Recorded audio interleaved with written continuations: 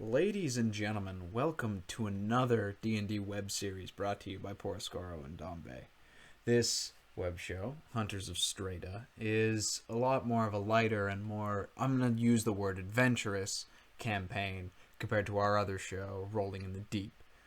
For this one, we're going for more of a Monster Hunter feel, as the party are members of a faction which is a renowned monster hunter guild, and they go on various contracts to different corners of the world dealing with different situations. It's a pleasure to have you on board. I hope you enjoy. The land of Streda is cruel and unforgiving. It will not hesitate to strike down those who are unprepared for its contents. Or at least it was in the early days. But now, with towns, kingdoms, and countries decorating the landscape, those who are weak are provided sanctuary by the strong. These strong paragons of protection are members of the Lodge, an institution founded on the principle of defending those who cannot defend themselves. For 7 long and prosperous years, they have stood as a universal guardian to those who call upon them. Today's contract is one of simplicity. It pertains to a group of goblinoids that have been harassing travelers in eastern Udal. These goblinoids have been reported to have strange, never-before-seen equipment. Happy hunting. It's a standard everyday, it's a standard everyday set of occurrences at the Lodge. Ibrahim, your character is just kind of mulling around the atrium area where all the boards are. Turgle's doing who knows what in the wilderness, and our other goblin friend is in the in Blackjack's workshop, just going over some technology. So, Ibrahim, can I just get your character name just so I know it? Can I get both of your character names actually? It's Gildry. Gildry. Got it. Got it. And Matt, what is the name of the goblin? Odo. O-H-T-T-O. Right, Odo. Got it. So as you're going over just looking at a few contracts, you hear a loud voice kind of boom over the crowd. Gildry! Come here, please. As you turn, you can see Prow, who is the person who kind of manages the contracts. Still not necessarily used to that voice coming from a woman, but given the fact that she's 13 feet tall and a minotaur, it kind of checks out. Okay. Hello, my friend. Hi, I noticed you're looking around. There's a contract that we just had for a while. If you don't mind doing it, that would be really convenient.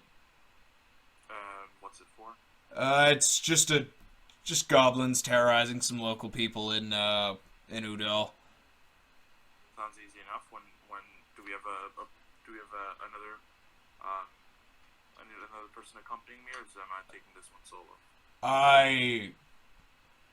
Blackjack's apprentice, the goblin. Oh no, I think his name is something like that. Just stop by the workshop, pick him up, go with you. Alright, sounds good. Yeah, and she reaches into this kind of bundle of scrolls on her hip and bends down and hands you one. Thank you. No problem. Just happy hunting. And she kind of walks off, looking at a board, trying to managing some papers. Okay. Cool. I guess I'm gonna head towards where'd she say Odo was? So Odo is in in Blackjack's workshop. Okay. Well, I guess I'll start heading there then. Alright, so you just head through the halls, passing some paintings and some statues just in honor of various hunts that have occurred. And eventually you arrive at this very ornate bronze door that marks the entrance to Blackjack's workshop. This is actually kind of good because I can explain what's happening with Odo. Yep. So you are in kind of the gateway to the workshop, just kind of going over some just kind of technology that Blackjack's been putting the pieces together for. Sure. So you've got the door that leads in there and then into the workshop itself, where you can hear kind of the clamor and the occasional just almost a maniacal chuckle coming from the workshop. Nice. In front of this ornate door. On this door is kind of a brass carving on this bronze door. It's a weird kind of clash of colors of this mechanical man holding a spear that's just hit a dragon in the heart. Okay. So it's just a big ornate gate then? It's yeah, it's an ornate door. There's a handle on it. Alright, well, I guess I'll knock on it and, All right. coming in. So Otto, you hear a knock on the other door. On the door. What do you want? Got a contract here with the guild. Fuck. Open up the door. So the door opens, and feel free to describe your characters. So you see a little bit of a burly, dwarf, and I guess he's got a long set of hair, long braided, and then like a short stubbly beard, and he's a little burly, a little older looking dwarf, got some grays. Okay. Odo is a very short little goblin. He is quite dirty, covered in all manner of grease, whatever shit comes out of the forge.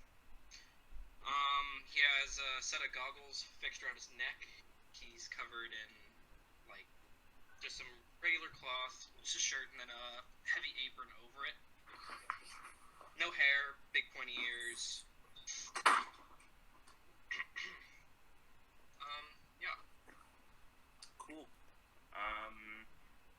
So listen, I got a contract for. Yeah, I know. So, I'll look towards the forge and scream, "Blackjack! Yeah, what do you need? I'm fucking leaving." All right, try not to get killed. Yeah. And then I got this new thing if you want to bring it out into the field. I scurry on in. Uh, What are you talking about? So you just open the door with no hesitation. You're used to just going back and forth, and you see this strange, large mechanical man just kind of sprawled about, just really discombobulated, looking around. He has he's got a primarily silver outline with red accents going all over his body to represent the fact that he is a pre-Warforged Rebellion Warforged. Or during Warforged Rebellion, not pre. That's my bad. And he scrumbles around and he reaches into this kind of pile of scrap and pulls out this strange kind of pulsating ball of metal. Yeah, this right here, it's just throw it at something you don't want to share the same plane of existence as you anymore, and tell me what happens. Sounds wonderful. I'll pick it up. All right, happy trails. How big is this thing compared to me? So Blackjack he's about 6'8". Yeah, I'm talking about the ball he handed. Oh, the ball. The ball's probably about the size of a human head, Oh, and nice. it gives every once in a while a bit of it will like go into itself. You'll see a flash of red, and then another section will quickly cover that. So it's got kind of a faint glow to it. Okay. I will shove it in my bag.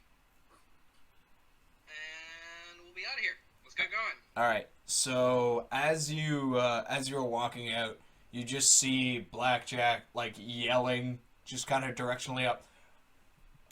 Bo, can you hand me that?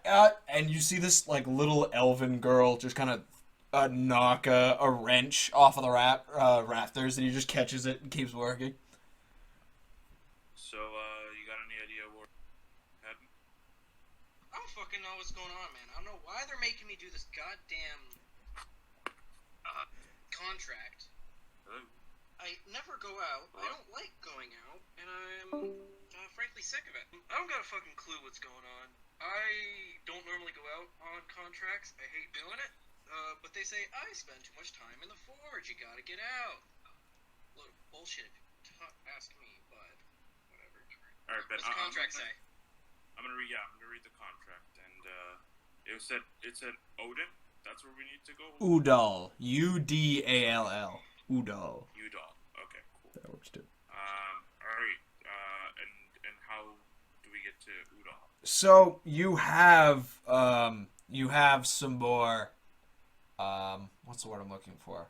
I'm gonna say rustic options. You could take an airship or a boat, or there is a teleportation circle near where you need to go, and you could just take the guild's teleportation circle there.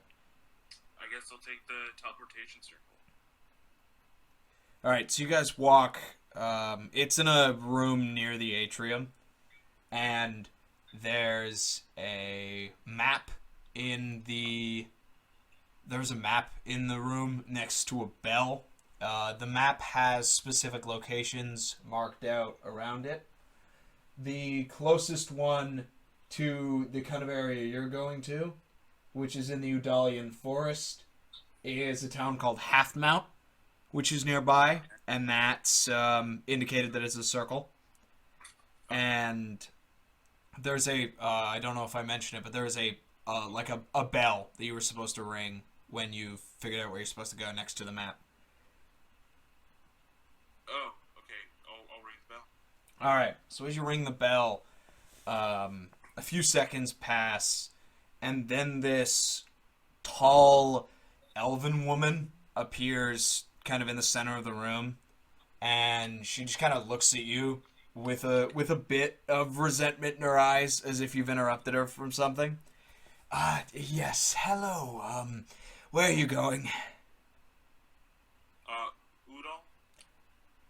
You care to be more specific? That's a whole continent. Oh, forest area. What'd you say again, Ben? I said Halfmount. Halfmount. Oh, okay. Lovely. Tell Bertha I say hi. And she creates a portal using the spell teleportation circle. Alright. Take the teleportation circle. Yeah, I'll walk in. Alright. You come out of this. You go through the portal and you arrive at a similar looking room. Same kind of construction. Slightly different sigils on the ground, as each teleportation circle is somewhat different. And you can hear the busyness echoing into the room. There is a hurried state outside of people moving. You can hear steel clamoring against steel. And the just sound of people shouting.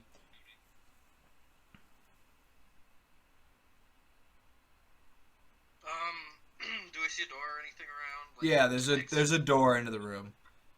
Yeah, we'll go through, open it up. All right, so as you open it up, you can see this sprawling the sprawling underground city of Halfmount. It's got very thick walls, very thick stone walls that kind of go over the whole thing, and it makes the sound a little strange as it echoes just intensely. You can see groups of people that are practicing with different weapons. You can see some people testing some spells over. And the rest of it is just kind of residential housing. There is a large kind of ramp leading up to the mouth of where most of the light is coming from. It's coming from what looks like an artificial cave mouth, and it shines down along the town.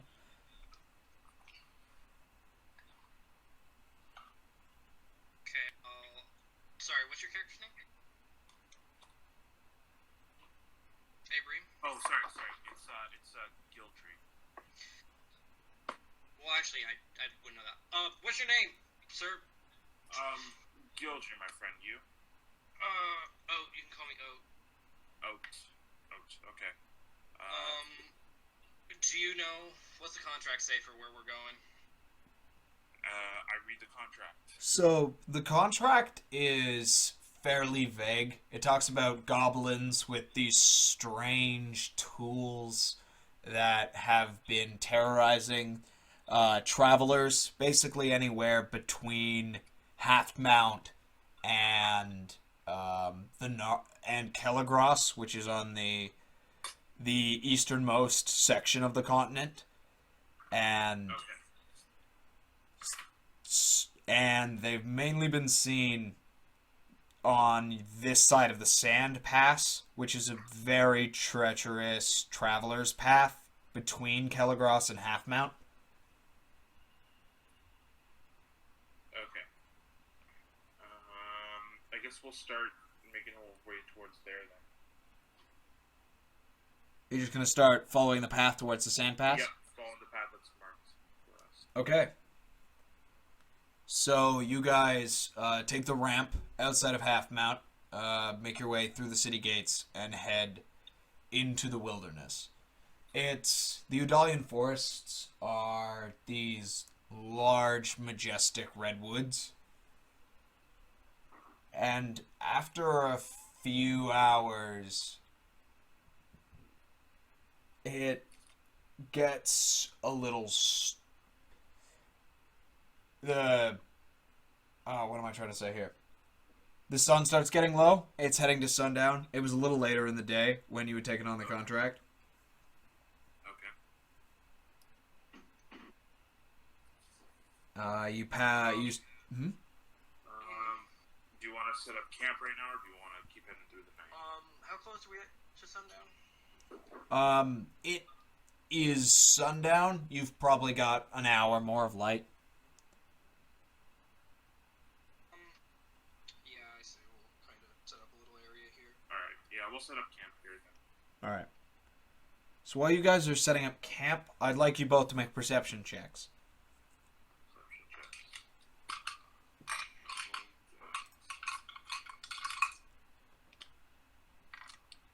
Natural 1 Whoa. for a 1, yeah, 1. 8. Alright, so you two set up camp, and you don't really seem to notice anything. Great. Cool. So how are you? What's your story, fellow? Just making my way through the guilds and climbing the so-called gilded ladder. See how far I can make it in the contracting industry. Well, we'll see how that goes. Hope you don't end up dead, like many do. Oh, I have no plans of dying anytime soon, so I don't think anyone ever does. But it is the nature of contract taking. yeah, well, that's debatable. Some people ask for it and humbly embrace it. I'm not one of those people. Well, frankly, if I could choose, I wouldn't be here in the first place. Yeah, right. Because you're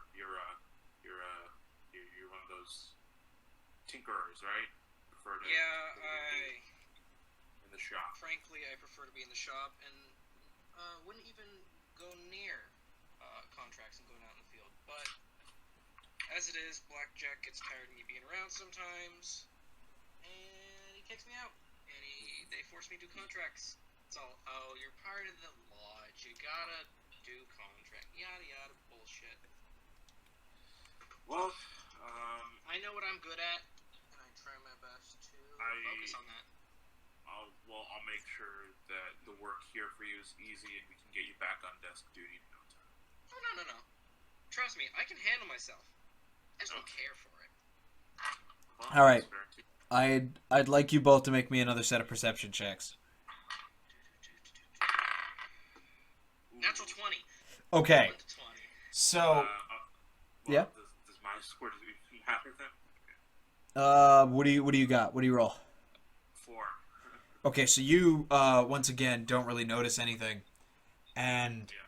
but Otto, you just kind of glance around and you can see kind of a shimmer coming from a nearby branch, and upon further investigation, you can see a goblin just kind of squatted there, holding some sort of strange metallic tube, which is shimmering a bit as well. You can see, as your senses heighten, you can see dwarven runes just inscribed along the cylinder. And you can also hear kind of a metal, like, penetrating the earth. You can hear something shoot down into the ground. And as you kind of look over in that direction instinctually, you can see a larger goblinoid figure kind of setting up this machine, aiming it at the group. Okay. I'm gonna look to my fellow traveler here and be like, don't make a sudden move, but we're being watched. I see goblins, and I kind of gently nod my head in the direction. Alright. And, I'm gonna flank around. If you wanna take them head on, or however you wanna handle this. Sure. You want me to pretend like it's, like I don't notice them, or, give away or cover after you flank them? Well, they currently have something aimed at you and me, so, best we don't pretend and just sit here. So, I'm gonna go around. You take them head first. I don't know, however your style is. Yep, sounds good to me. So before I move, I'm gonna pull out my smith's tools and engage my force ballista. Okay. And pull out my arcane focus from my other hand. Got it. And I'm gonna casually kind of get up, start walking in one direction. And are we like in open? Or are we in the trees? You guys are you set up camp in kind of a more clear area, just in case you wanted to start a fire. You wouldn't catch up any of the nearby trees. So you guys are in probably a 30-foot in diameter clearing. Okay. So yeah, I'm gonna walk to just in a direction towards the edge of the trees, and once I get into the tree line, I'm gonna start making my way to a point where I can get up towards the goblins. Okay. So make me a stealth check for that.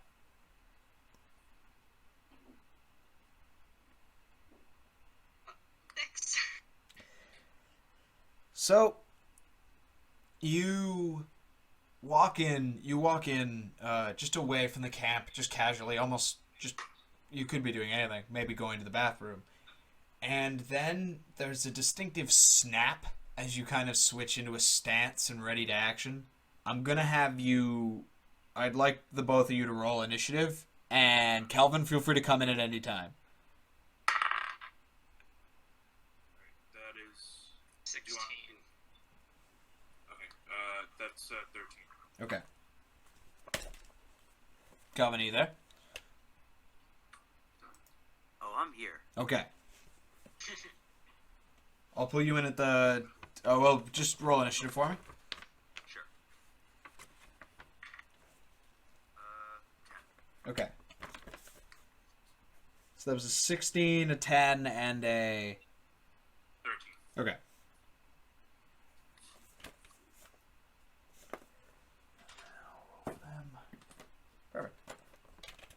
So, Ota, you're up first. Okay. You can see the two figures that you've spotted before are not the only ones. There are 3 others just kind of scattered amongst the tree line that you have now noticed from your position.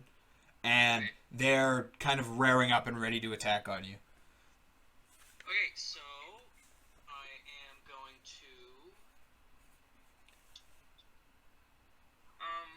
I'll use my action, point my arcane focus at the smaller goblin I saw first, and cast Ray of Frost.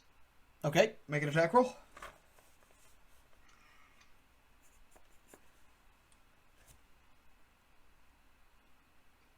That's gonna be 14.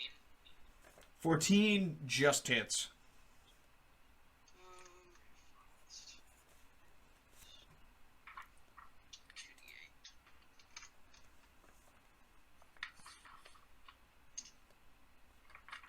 And that's gonna be 38. So just so you know, Ben, all spells cast through my arcane focus, I get to add a d8 to Nice. for damage.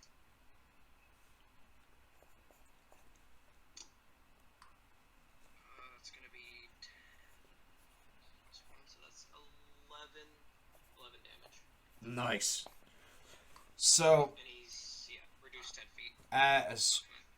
Oh, he's sent 10 feet? His speed's reduced by 10 feet. Oh, right. Okay, Ray of Frost. I thought you shot him out of the tree for a second.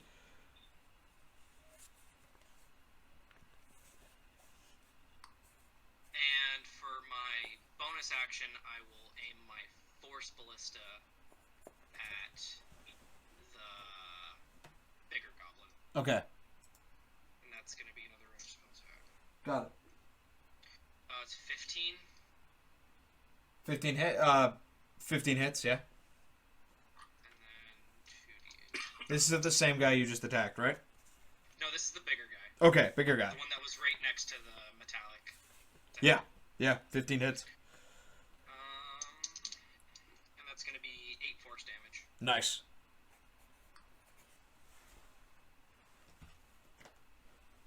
And then I will, with my movement, I'll get behind a tree to try and get some cover. Okay.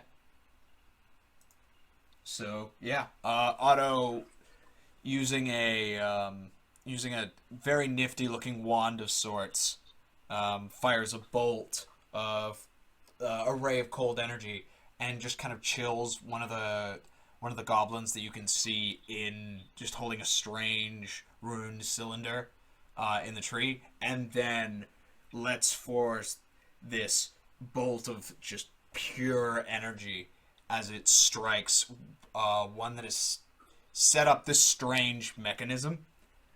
Gildry, you're up. Alright. Do I see him?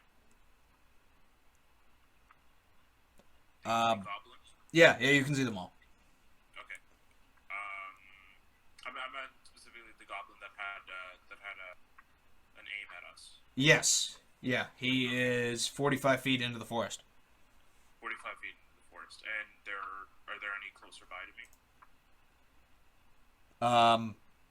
There is one of them that you can see at the tree line. He's about 15 feet from you. 15 feet from me. Alright. Yeah. I'll move my 15 feet. And I'll move it towards him, and then I'll pull out my battle axe and my hand axe in my other hand.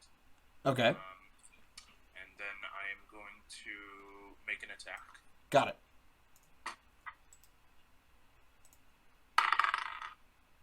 Ooh, that's a little rough. Oh god. That was a mistake. My bad. 12? Yeah. 12 does not hit this one. As you go, you're using a battle axe, correct? Yeah. One-handed or two-handed? One-handed. Okay, so you just go for a standard downward strike on it. You look like you've found a nice purchase. You're going to hit him square on. And then you see this kind of strange metallic liquid shoot out from under his clothing and block the strike. Oh. Wow. It's the Spider-Man 3 symbiote. Yes. Well, I'm God damn it. Okay, go for it. Ooh, that looks nice. That's a 23 to hit. 23 hits. 23 hits.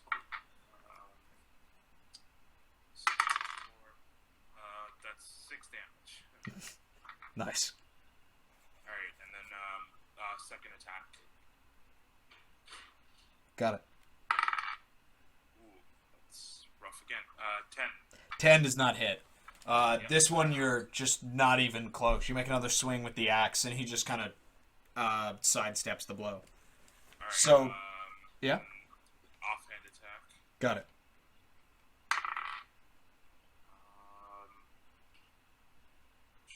15.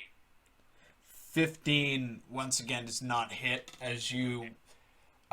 just another clean strike. Your technique is good. You should make contact, but once again, that swirling metal pops out and blocks your strike. So, Okay, yeah? that's my turn. Got it. So, Turgle makes an appearance. Feel free to dictate.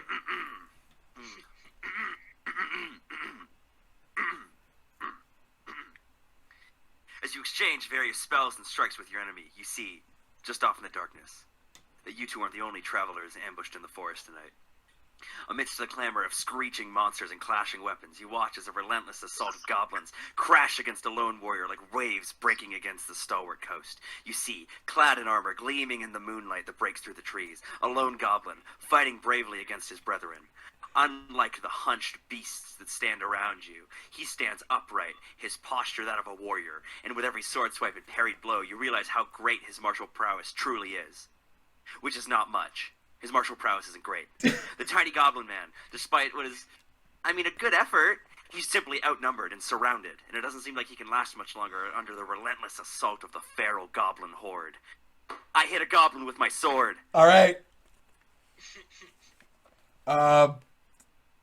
Which one are you attacking? Whichever one is closest to me. Got it. Yeah. So I'm gonna trust that you have a map on your end. I do. All right, 15 hit. 15 does hit. Hell yeah. Give me. I need to determine if I go nuclear yet.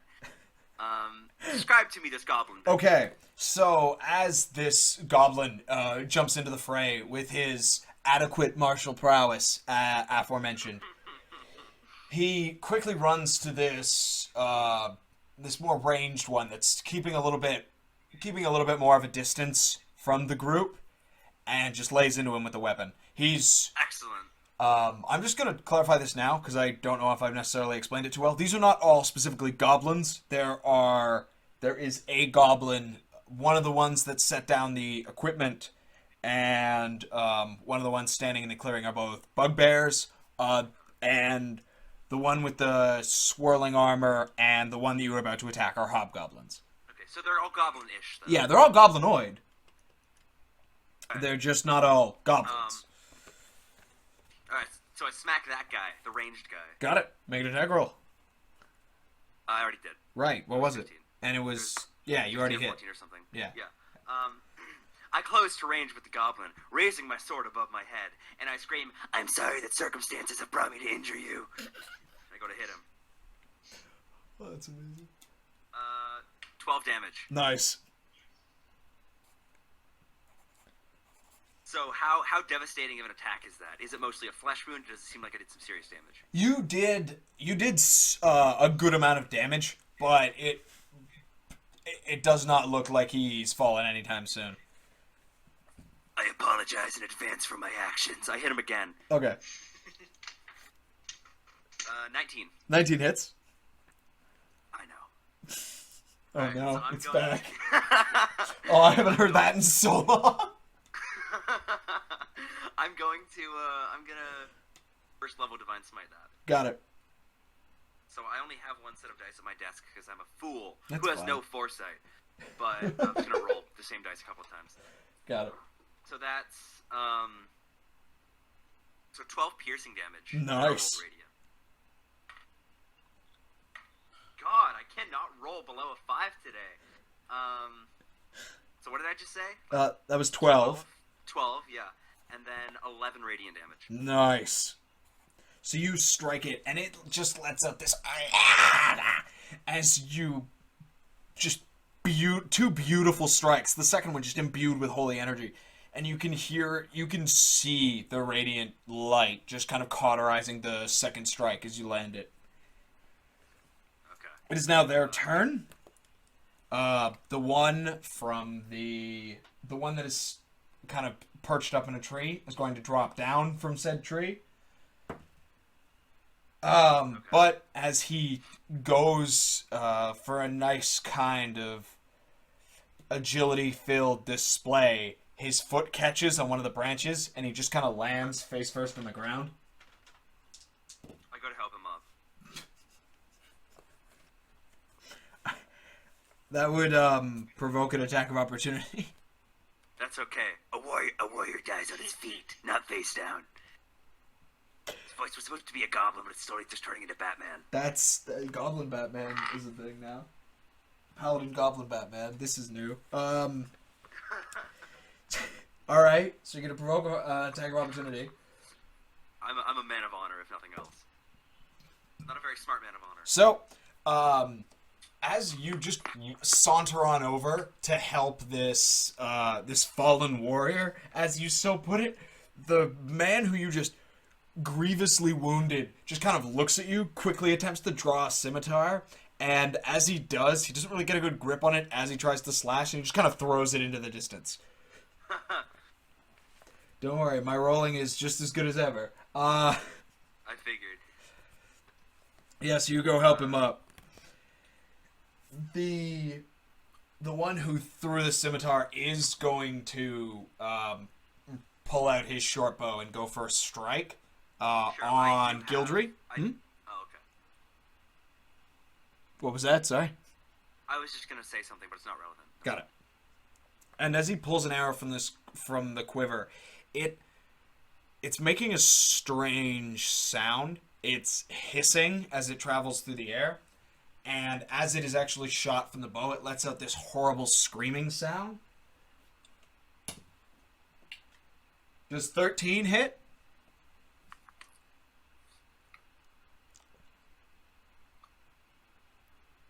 Does 13 hit Gildry, Ibrahim? Oh, sorry. Yes. No, 13 does not hit.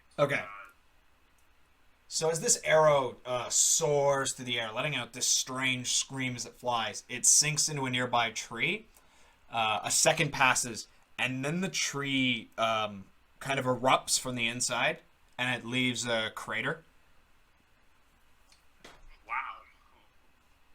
That looks like it could have hurt.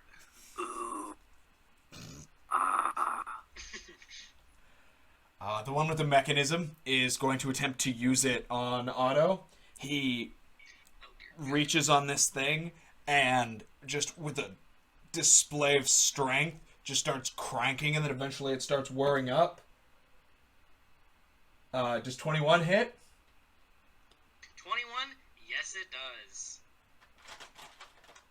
Okay. It's not too bad. So, yeah? Never mind. Got it.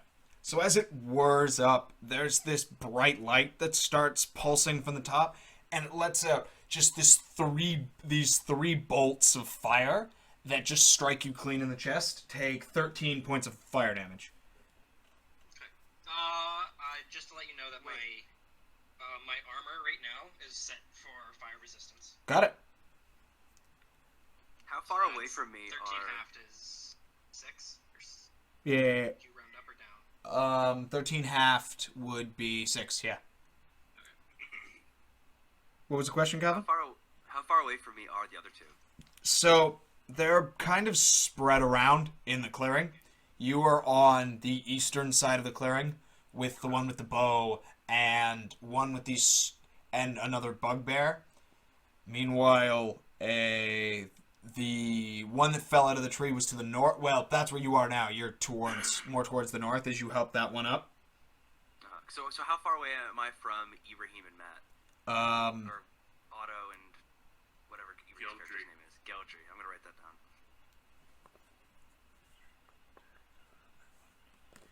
So Gildry is on the one with the mechanism. And I'm just asking in feet, how far away am I? Right. What's the physical distance between? So the physical distance between you and Gildry is about 50. Okay, and between me and Otto? You and Otto is about 20. Okay. So that's Quiver. The one with the strange armor that you have been locked in combat with Gildry is going to make 2 attacks on you with its longsword. Okay. This is 18 hit. 18 just hits. Yeah. Okay. So he manages to land 1 strike. Yep. That is 6 points of slashing damage as he just makes a hit on you with his longsword. And moving towards you as well, one coming out of the bushes, is the biggest of all of them. He's coming about 8 feet tall. He's got these strange kind of black plates wrapping around his... Sorry, did you say 8 feet tall? Yeah, it's a bugbear. Oh, it's a bugbear. Oh, okay. Yeah, bugbears can be that big. Long goblin. Yeah. Gangly goblin. He has these strange black plates, one wrapped around his elbow, one around his bicep, and one around his forearm. And you can see them light up with just this malevolent red energy as he just goes for 2 punches on you with his extremely long arms. Okay. Well, let's see what he's got. It's Iron Fist. He's actually got pretty good, given the fact that the lowest was a 22. Yeah. Yeah. That hits. First hit is 10 points of necrotic damage. 10 points necrotic. Yep. And the second hit is 8 points necrotic. So as he just hits you with both of these fists, you can feel life kind of waning from the areas that you hit. I'd like you to make a Constitution saving throw. Constitution save. Correct. How far is Gildry from me? Gildry from you is about 30 feet. He's about 30 feet from you. Okay, I'm gonna use Flash of Genius, and he gets to add my intelligence modifier to his roll, which is 4. 4. Okay. So that's a 28. Oh, you're good. You're golden. You can feel a little bit of your strength start waning, but it lasts for just a mere moment as it just comes back to its full strength. Odo, you're up. Okay, are there any goblins up in the trees I can still see? No, the one with the strange cylinder was the only one in the tree. Okay.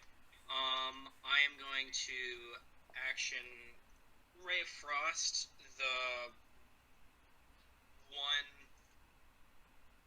that was at the metallic cannon thing. Got it. Me. So that'll be 19 to hit. Yep, 19 to hit. 19 hits. Roll damage.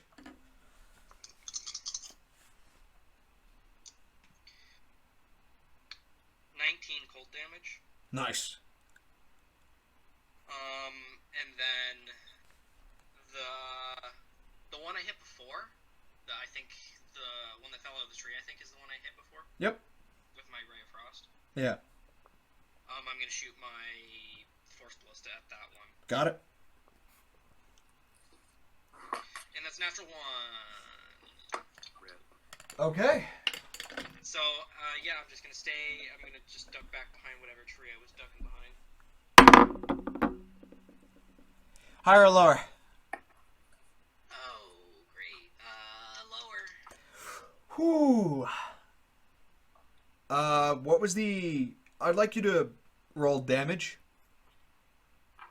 Okay, well, roll damage for it? Yep. Oh, God, that's gonna be 14 force damage. Okay. So, you just do a really nice Ray of Frost on the one that has this strange mechanism. Just a way of returning fire, or returning frost in your case. And then in a fit of confidence, you just kind of whip around and take a shot with your force ballista. It kind of goes off into the distance, and you can hear a growl echoing back from the direction that you shot. Fuck. Gildry, you're up. All right. I'm gonna start hitting again. Okay. So I'll use the bugbear and the weird armed goblin guy are both. Correct. You have a bugbear and a hobgoblin on you. All right. Cool. A hobgoblin. Yes.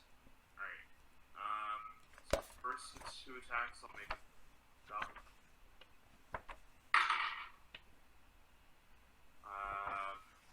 9, which I'm assuming. 9 does not hit. Just not that good of a strike. It just kind of kills off. You don't really follow through. Not rolling well today. Alright, so my offhand attack. That's not much better. 10. 10 does not hit. Same thing. You're just going for this war of blades, but you're just not judging the distance, so you're not using enough strength to connect. It's just not going well. Alright, some feels off. Alright. Yeah. These are my attacks against the bugbear. Got it. 20. 20 hits.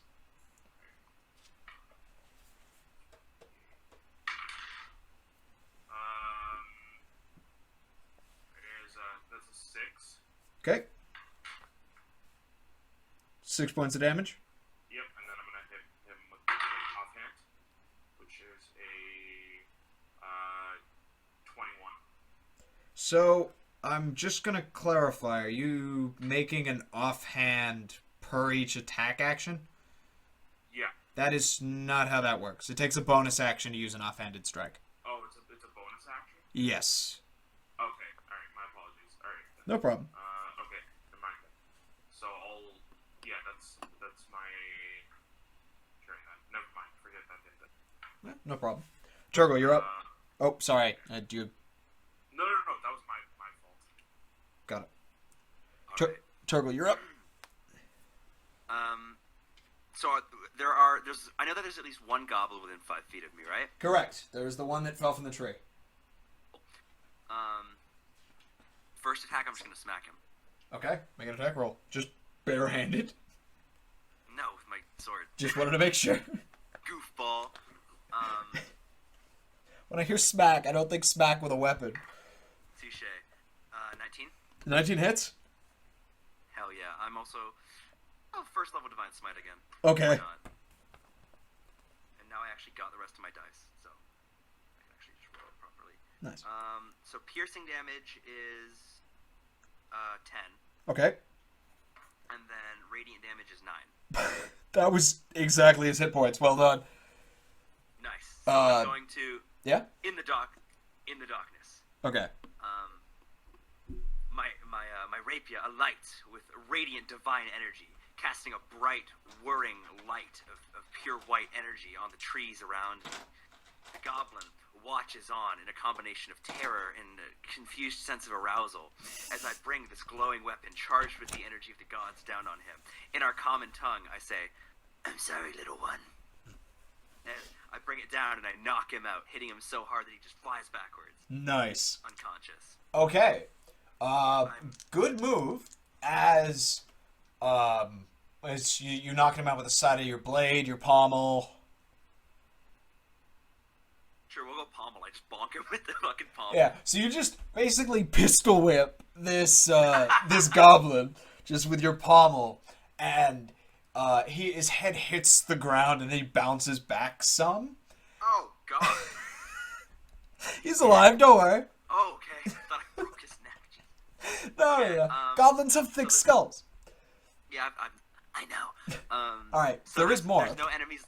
There is more. Sorry? There is more to that. Okay. As he kind of bounces back, he drops this cylinder that he was holding, and it makes contact with the ground. You can see the runes on it light up red, and it blasts outwards. I'm going to have you make a dexterity saving throw. Sure. a goblin. I'm very dexterous. 16. 16, you're good, so you only take half damage. Okay. So that's 11 points of fire damage as it just Gotcha. explodes into this burst. Like a little grenade. Yeah. Okay. So no more enemies within 5 feet of me? There are no more enemies within 5 feet of you. Okay, and you said Otto is like 20 feet away from me? Otto is 20 feet away from you, yes. Okay, so I'm going to sort of approach him cautiously, and call out to him, "Me one of good ones. No kill." My comment isn't very good. Alright. He's going out to me? Yeah, I'm like approaching you.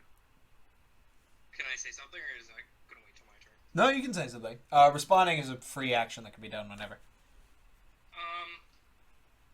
I'll kind of just cockeyed look at him, and a, slow nod.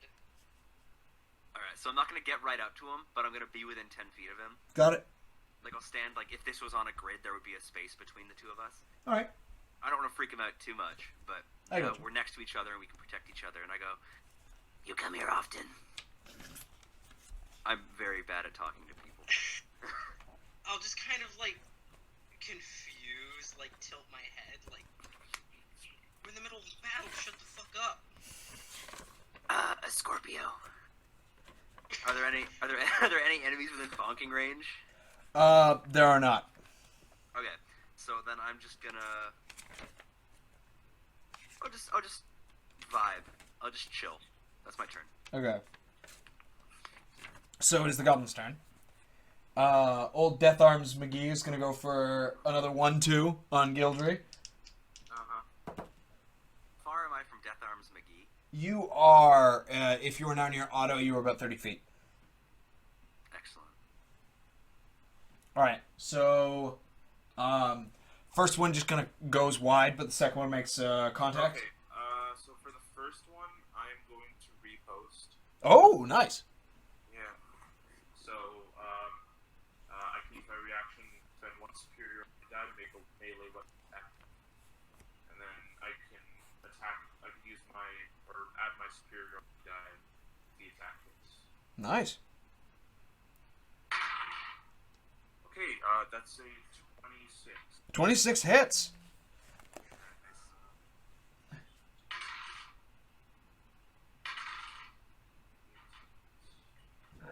Excuse me. So, yeah, That's 16 damage. nice. So as he just goes wide with just a left arm, it just kind of goes past you and you just land your axe straight into his outstretched arm. Cool. And he does land a second attack, and you take 14 points of necrotic damage. I watch, in disappointment, as somebody who is vaguely related to me. They're either my fourth cousin 3 times removed, or my third cousin 4 times removed. And I watch in terror as they attack this innocent traveler. All right. I am filled with rage, and I wish to rebuke his violence. I scream, "You egg!"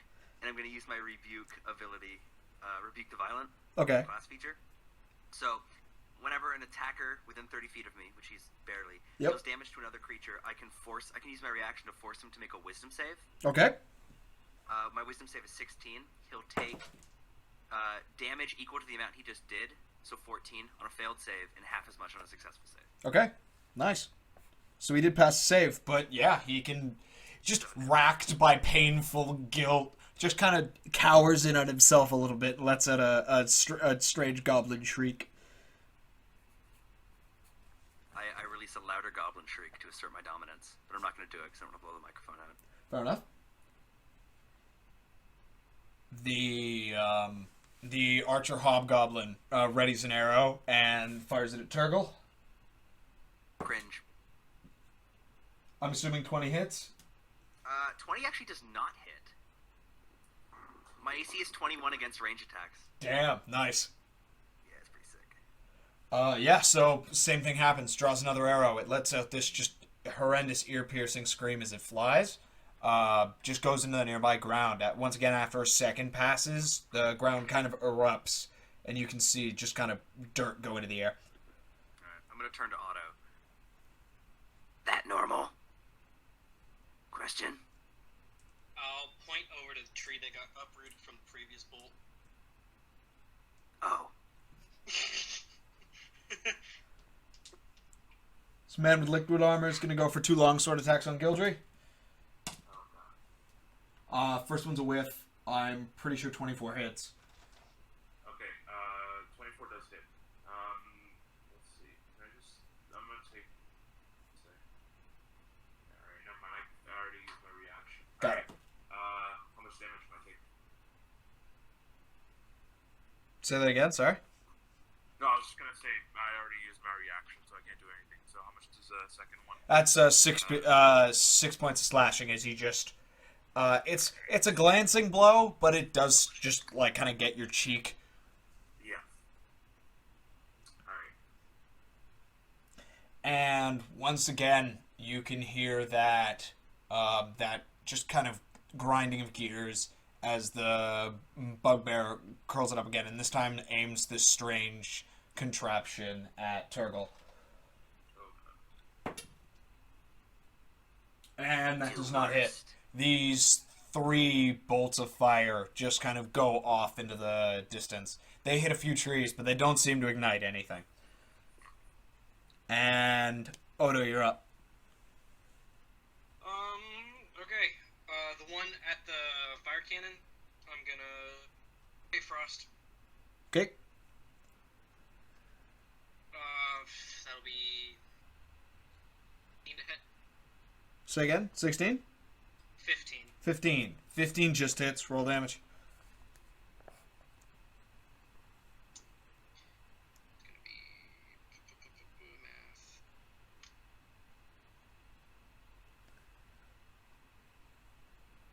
It's gonna be 22 points of cold damage. Okay. And then I'm gonna immediately force ballista the same. Got it. Make an attack roll. 6 plus... 13? 13 does not hit. Okay. So you land just, once again, this beautiful ray of frost, and then follow it up with the shot from the force ballista. It just goes wide. Yep, I will stay behind.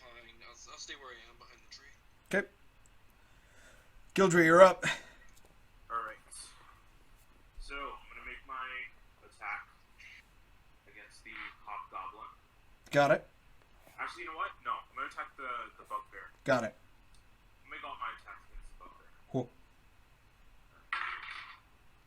Okay, this looks a little better. 22 to hit. Oh, that hits. Alright, cool.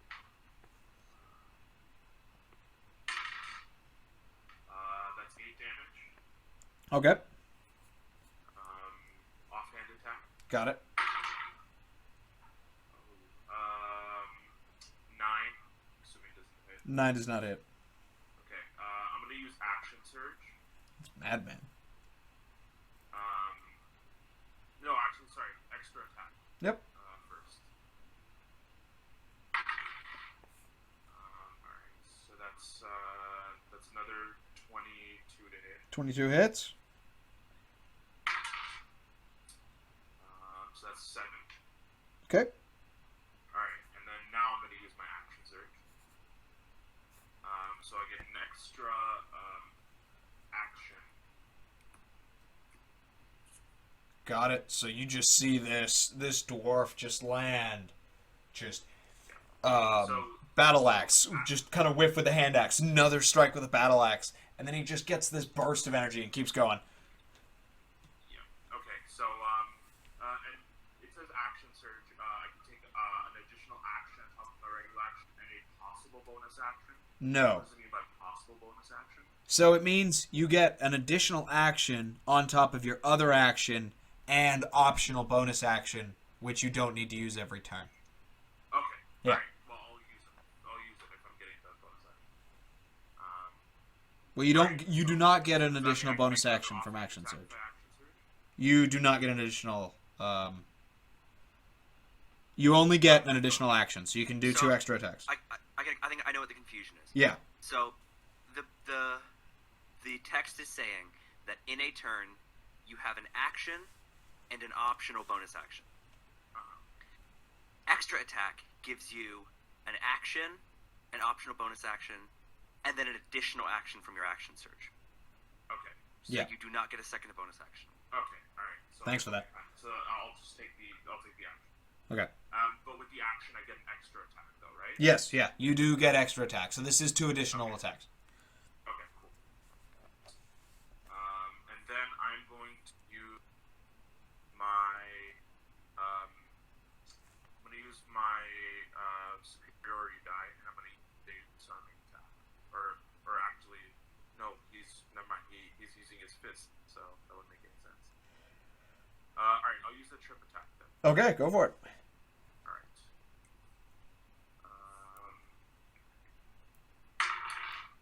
So that's a 23.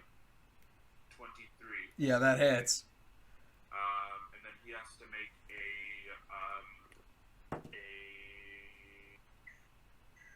strength saving throw. I failed it. Oh, okay. All right.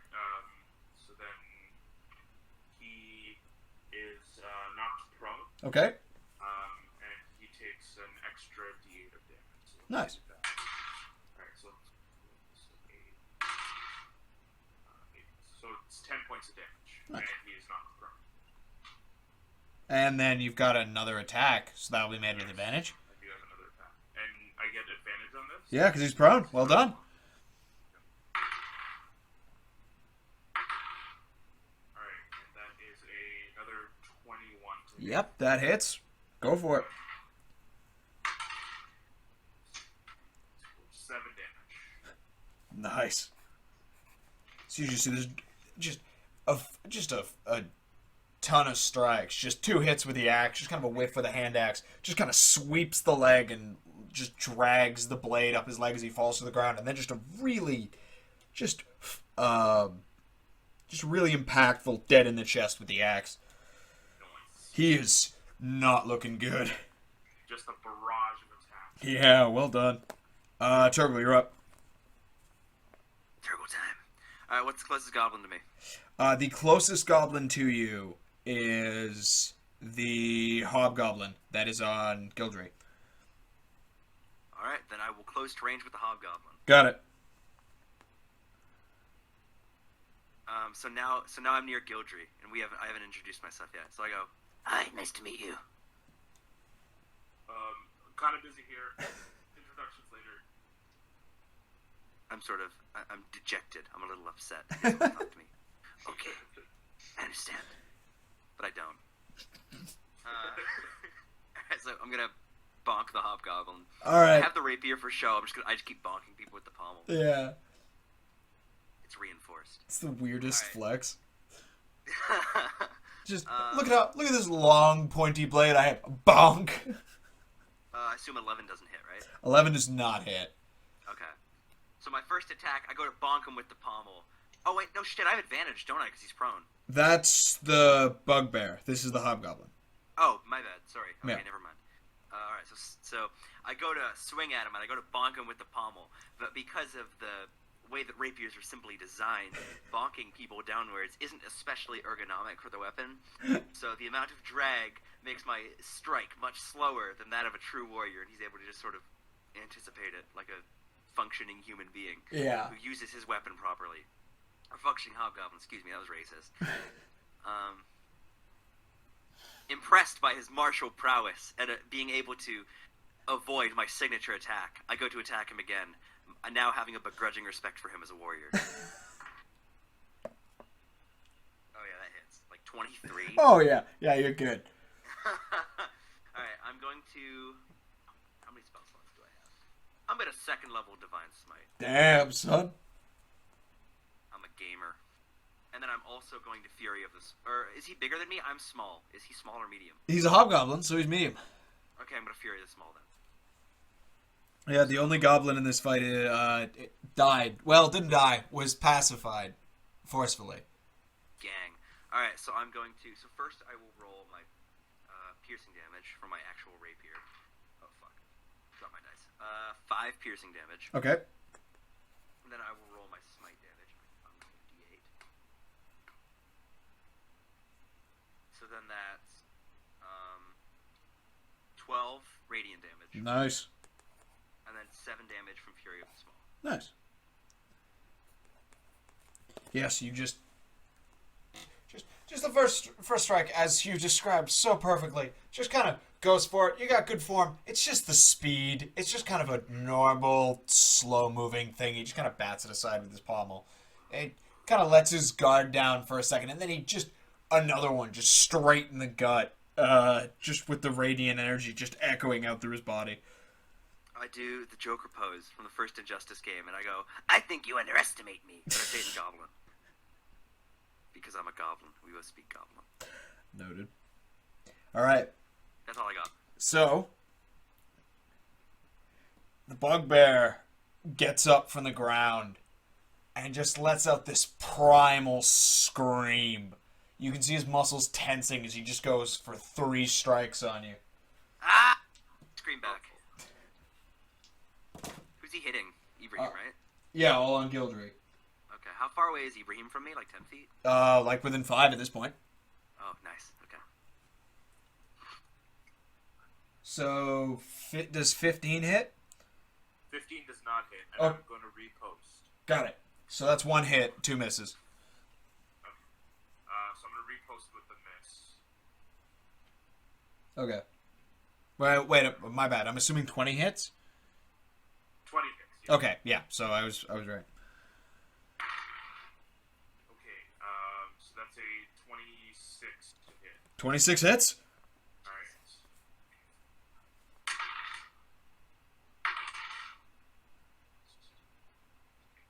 14 damage. Nice. Okay. How do you want to do this? Oh, nice. Okay. So he goes for the first attack. I'm gonna just sort of really smoothly swing to the side, and then just take my battle axe and just right into his gut, just sink it in, and pull out, kick him off. Nice. So yeah, just expertly avoiding the strike to the left. You just go in and sink it perfectly just right into his stomach, pull him in a little closer, and then kick the axe out of him as he falls to the ground. Yep. So, as the one wielding this mechanism just sees the biggest of them fall, he just leaves it behind and takes off just into the woods. He left our zone of control then. He was not in your zone of control. He was 15 feet further from you. Oh, turret. sorry. I thought you were talking about the hobgoblin. No, he's gonna go. He's gonna make a melee strike on both of you. So Turgle, natural 20, Gildry, 24. Yeah, it's So on Turgle, that's 10 points of slashing as he goes with a longsword, and then he just turns around and lands a strike on Gildry for 11 points of slashing damage. Wait, hold up. how many? As he lunges, what weapon is he using? He's using a longsword. As he lunges forward, longsword poised to strike at Ibrahim. You're a dwarf, right? Yeah. To strike at the dwarf who has so viciously begun to accost him. This shield of divine energy appears, shaped like a very attractive, if I may say, goblin, right in front of Ibrahim, and it takes the attack for him. I'm using my reaction to take Ibrahim's damage. Nice. Aw, thanks, buddy. He took 10 points, I believe. I think you said 11. 11 was... Yeah, he did take 11. You took 10. Yeah. My bad. It's all good. So, Ibrahim watches as the longsword falls on this phantasmal copy of me, and a very real wound opens up on my chiseled, smooth chest. Yeah? And I scream out, "Ah!" Nice. The hobgoblin just looks a little bewildered. Like, he has no idea what has just transpired. I have the same face of bewilderment. I'm utterly confused as to why this goblin has saved me. I like the idea that the two of you just look at each other and then look at Turtle. Yeah, basically. I cock a single eyebrow, staring at both of them simultaneously. My eyes do that weird thing where they look in different directions. And I go, and I shoot them with finger guns. As you take Well Take played. a sword to the gut. As I take a fucking sword to the chest. All right. Odo, you're up. The one who's bolting, his speed was reduced by 10 feet. How far is he from me? Oh, fair enough. He is 70 feet from you. 70 feet? I am going to run within 60 feet of him. Okay. I'm gonna Ray of Frost first. And that's gonna be 18 to hit. 18 hits. Roll damage.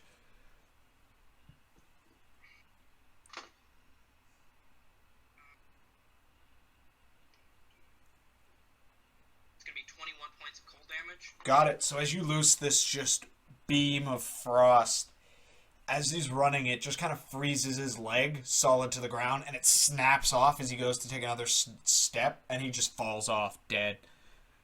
He's dead? Yep, Okay, I will spin. Do I see the hobgoblin? you do. I will force ballista that one. Got it. Make an attack roll. That's not gonna hit. Do we... 11. 11 does not hit. I'll use the rest of my movement to get back behind that tree. I was... Got it. So as you just hit him with your force ballista, it appears that the bolt made contact, but you can once again see this just liquid metal go out and just kind of catch the impact. Okay. Gildry, you're up. I guess I'll start. I'll look intensely at the hobgoblin. After my overwhelming victory over his humongous friend, and I'll sort of like slowly step over the body of the bugbear fellow, and then sort of beat my chest in intimidation. All right. Are you just actually trying to intimidate him? Okay, yeah. Yeah, go for it. All right. I will give you advantage because he is the last one standing. Okay, cool. I have -1 on charisma, so let's hope. I will allow you to use strength in this situation. Sorry? I will allow you to use strength in this situation. Strength. Okay. I'll use strength then. So it's just my strength roll. Yeah. Okay. I will. That is a 15. Okay.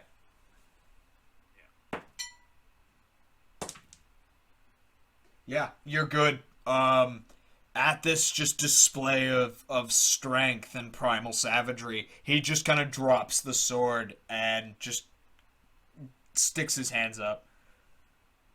Okay, I pump fake him. I'm like, yeah, what up? Like fucking Chad. Yeah. He just kind of shields his face and just cowers away. Alright, I'm gonna tell him to, hey, so, heard you've been harassing some folks, I'm gonna have to tell you to leave them alone. And, we hear one more word of this and I'm coming after you. Get lost. I can't tell him to stop. Like, I can stop personally, but like, I don't have any sway in this. Alright, but you stop personally. No. Okay. Get back on this. He just kind of just goes off into the forest. And I'm like, hey, whoa. We're not letting him go. I'll let him. We'll kill him if he comes back. So Fine, I'll let him go. So he walks off in a certain direction. Maybe Certain direction. Gotcha. it takes a few moments, and then you just see him running back towards you, not in aggression, but in fear. Forgot about that. And following him, you can see this strange white gorilla-looking thing with a just a mark that is similar to the marks that you've seen Oto do with his Force Ballista, just dead on its right eye.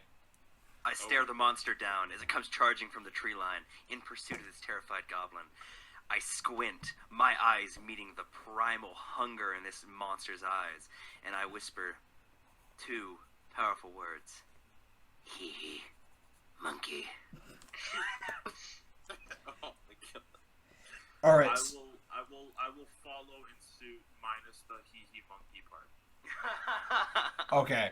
So it runs directly to Oto as it breaks into the clearing and then heads towards him, and is going to make 5 attacks against him.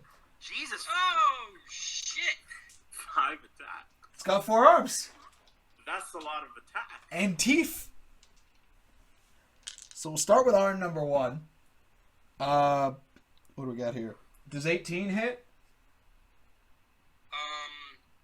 18. What is shield at? 5? Shield adds 5, yeah.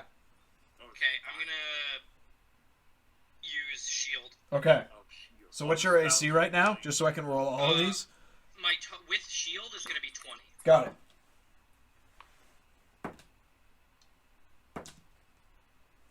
So far, that's only one that got through.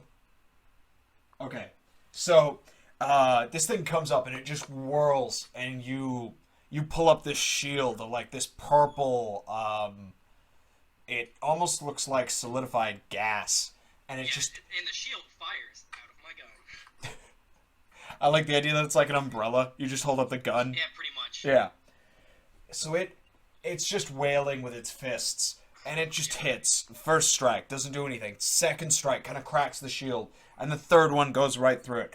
As it just with its other remaining arm punches you in the gut and then goes for a bite. So that's 6 points of bludgeoning and 5 points of piercing. Okay. And it's your turn. It's my So turn? he's right Oh, no, up sorry. on me.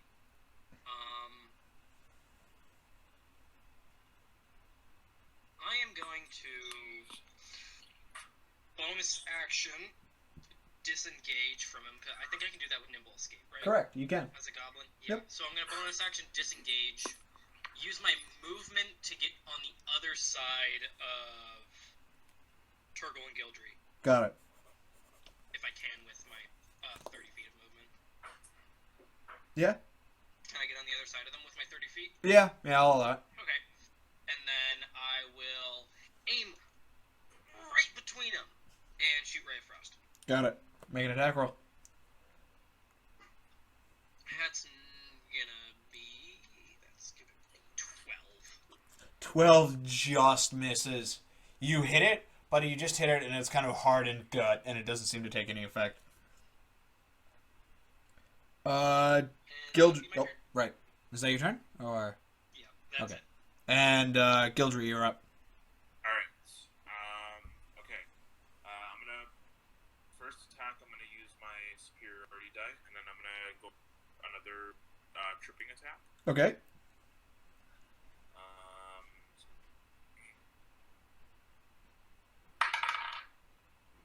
Okay. That's a 15 to hit. 15 hits. Roll damage. 15 hits. All right.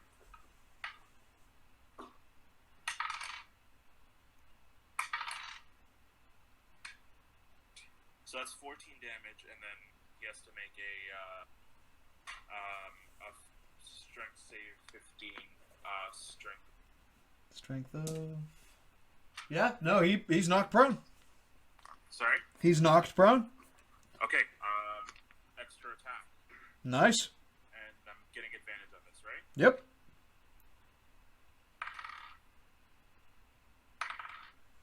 Okay, so that's a 19. 19 hits. Roll damage. That's 6 damage. Okay. And then offhand attack. Go for it. Still with advantage. That's 20 to hit. 20 hits. Alright. That is 5 damage. Nice. Turtle, you're up. All right. I look at my new dwarven best friend, and I punch him on the shoulder, and I go, "You soften him up, think." And I just punch him on the shoulder like a bro. Bros Okay. now. I don't know what the word bro though. That's not in my vocabulary. But spiritually, that concept resonates. Yeah. Transcends language. Truthfully. Yes. Oh, we give each other an intense stare and pick up on the cues that we're putting off. It is as if our souls are being intertwined by broing. Yeah. There's a bromance we got on. Truthfully. All right. So I stare down Le Monkey. Okay. And as it stands there, accosting my new other best friend, I decide that I'm going to put an end to this. I let out a rasp hoarse goblin scream as I cast Sleep at 2nd level. All right. I'm going to roll a fuckload of dice now. Yeah. Let me check exactly how many. I think it's like 5d8. Is sleep max or current? Current. Okay. That makes current. more sense. All right. So I'm rolling 78. Yeah. Don't mess this up. I have a notepad. 1 second, I need to do math. I failed math in high school, or I came close, so this might take a while. That's when I actually failed math. Oh, I have as well. Damn. God, I'm rolling really fucking well, Jesus Christ.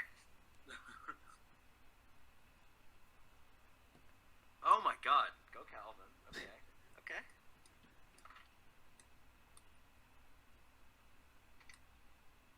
Jeez, okay, that's pretty good. 1 second, I haven't done this kind of math in ages. 8, okay, so that's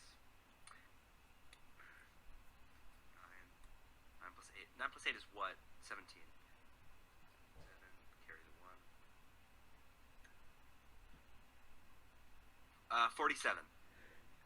Yeah, it's down. It just falls to the ground. You just kind of wave your hand, and this dust kind of comes out of it, and then it just falls to the ground peacefully. Bum bum bum bum bum bum bum. I gotta do this in the goblin voice. Bum bum bum bum bum bum bum bum bum bum bum bum bum. Monkey, sleep now. Go down to sleep. Mr. Sandman. Mammy Sand. There it is. There's Man Be a Sad. All right. And then as the magical dust floats from my very being, I mutter under my breath, this time speaking with the voice of the divine as I channel their energy. I go, he, monkey, before he passes out. All right. How long does sleep last? I think it's. Let me check.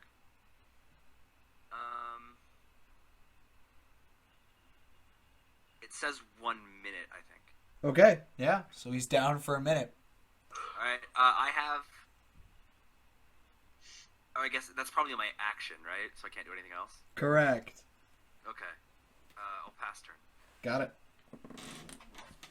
So, does it make a save or no? It's just to sleep for a minute. All right. So, Is what I'm reading. I'll read it to you verbatim. okay, go for it.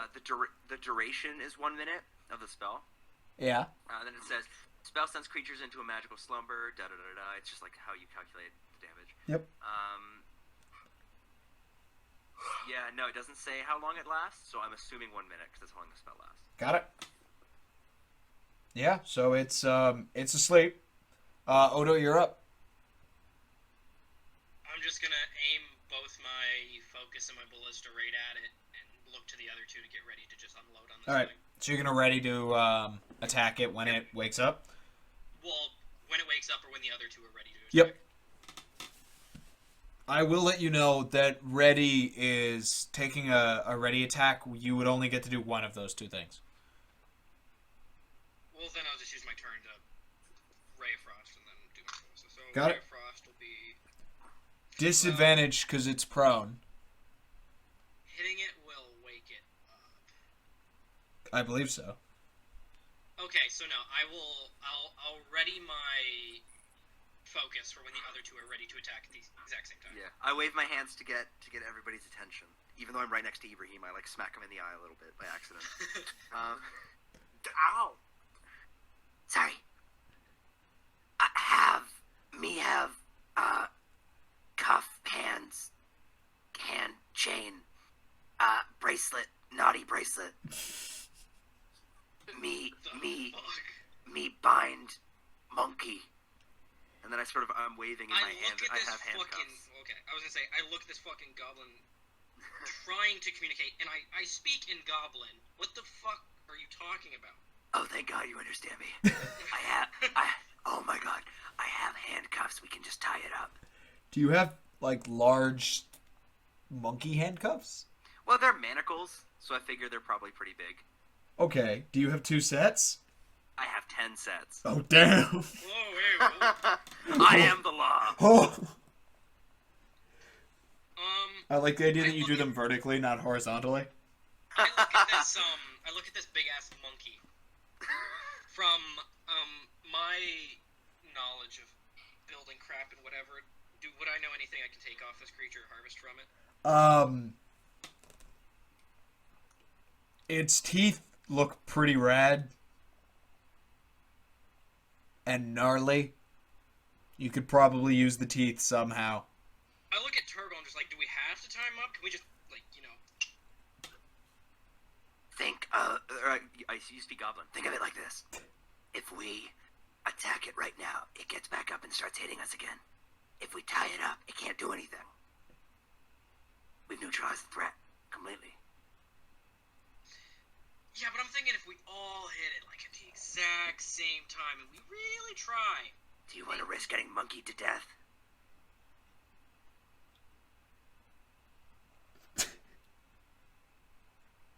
Fine. Fuck it.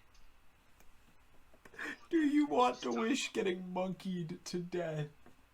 I think about it for a second. I really contemplate. Because I'm looking at those teeth, and I'm like... fuck. So yeah, I'm just like, whatever, tie him up. Manacles. Got it? Yeah, so we have to wait till my turn to do that. But Yeah, So yeah, I don't shoot him. Yeah, so Gildry, you're up. Yeah, I passed my turn. Got it?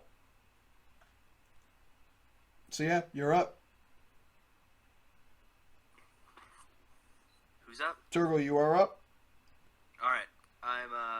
So I take 2 of my 10 series of handcuffs that I keep on me at any given time. Got it, of course. For completely normal reasons. All right. And I'm gonna manacle up the monkey. Yeah. I'm gonna do like the thing that you do to, like, is it hogs that you do this to, where you like tie like front to back and then front to back. Time. Yeah, I'm gonna manacle the monkey. I'm actually gonna, for an added level of security, I'm not sure how many manacles I can do, but I'm tempted to, if I can, do arm to leg, and then arm to arm using 4 sets. Yeah, go for it. Yeah, so I completely just like disable this monkey using all of these manacles. Got it. And I'm assuming that's my action. Yeah. Yeah. So that's it. So you guys just gonna like wait till this thing wakes up? What happened to the other goblin that ran towards us? Are there any enemies left? The goblin just kind of kept running as you dealt with this thing. Okay. So that seems alright. So is that combat done? Yeah. Okay, so we stand there, the 3 of us, a trinity of heroism, standing over our conquered monkey enemy. All right. So now what? Well, we have a contract to fill out, so we gotta find the rest of these things and take them out. The rest of them monkeys? Goblins. Oh, okay. Me see how is. I'll Sort of cross my arms. No, I'll walk over and see if I can find some I tracks meant like the bad dudes. for the goblin that ran off. You're the good kind. I am one of good ones, okay? Okay, pal. You're one of the good ones. Oh god. What was that you wanted to do, Matt? I will go over and check for tracks for the goblin that ran off. Okay. Make me a survival. 9. You find where he re-entered the clearing, and you kind of lose him as he ran across it. So you don't really know where he went into the forest. I think it's best if we follow these tracks and try to find where he went off to. He's probably heading back to Yeah. whatever other goblins there are. Well, your Well, best friend. How much of the night is left? It's still like dusk. Oh yeah. So how about we sleep? Sorry? How about we sleep and then head Not out? a bad idea, actually. I am a little tired. Me never catch your names. New best friend. Plural. I hold my goblin claw out for you guys to shake. Me Turgle. I look him Gil- up and down. I'm just like, my name's Oat. Oh, Don't shake his hand. I'll Me shake being his hands. left hang. Thank you. I'll shake his hands. And, My hands are sweaty. My hands are really sweaty. It's weird. How weak are your knees? Gildry is my name. Gildry. I Yes. shake my hand. Or I shake my head, excuse me. Okay. I like you shaking your hand even better. Ah, yes, Gildry. Ah, yes, Gildry. And I'm shaking his hand, like, violently, like, to assert my dominance. Oh, I thought you were shaking your own hand. I'm shaking... Yeah, like, I'm moving my arm up and down, and Ibrahim's just sort of, like, limp. Ibrahim's sort of limp, just, like, going with it. No. Yeah. All right. I whip out my bedroll. New best friend sleepover. And I lay it on the forest floor. And I just I pass the fuck out in my armor. Covered presumably covered in blood. I check Turtle up and down and like see what he's got on him and like who the fuck this guy is. All right. So after a little bit of time passes, the monkey wakes up and it's just kind of shaking violently against the manacles. Under my breath as I sleep, I go, huh, monkey. So, as you search me, on me, it's mostly like, it's all equipment. It's all like, I've got a bunch of potions and, different tools. I got even more handcuffs and weapons. I'm not really carrying anything that gives any clue to, my personal life or my intentions. Sure. Okay. Got it. So you're just looting Turgle. No, I'm not looting him. I was just looking him up and down. All right. I wasn't like going through his stuff. All right. So you guys just I gonna guess I will you guys just gonna bed down. go sleep? Go schlap. All right. So yeah, you guys sleep peacefully through the rest of the night. Yeah. Wake up. The monkey is still there, struggling. Alright, I wake up.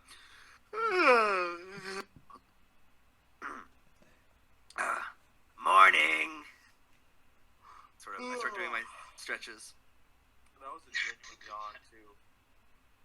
I'm gonna go over to the monkey. Like, is he like still struggling a whole lot, or is he like tired? He's exhausted himself, struggling, but he by no means went to sleep. I have an idea. Or excuse me. Or sorry, you do your thing first. No. What's your idea, Turtle? Please indulge me. I step forward, hands on my goblin hips, chest Okay. puffed out to make myself look more commanding. It's very obvious what I'm doing. I'm very obviously posturing. Me have plan. Monkey. Angry. Yes? What if? Yes. What if? Monkey no angry.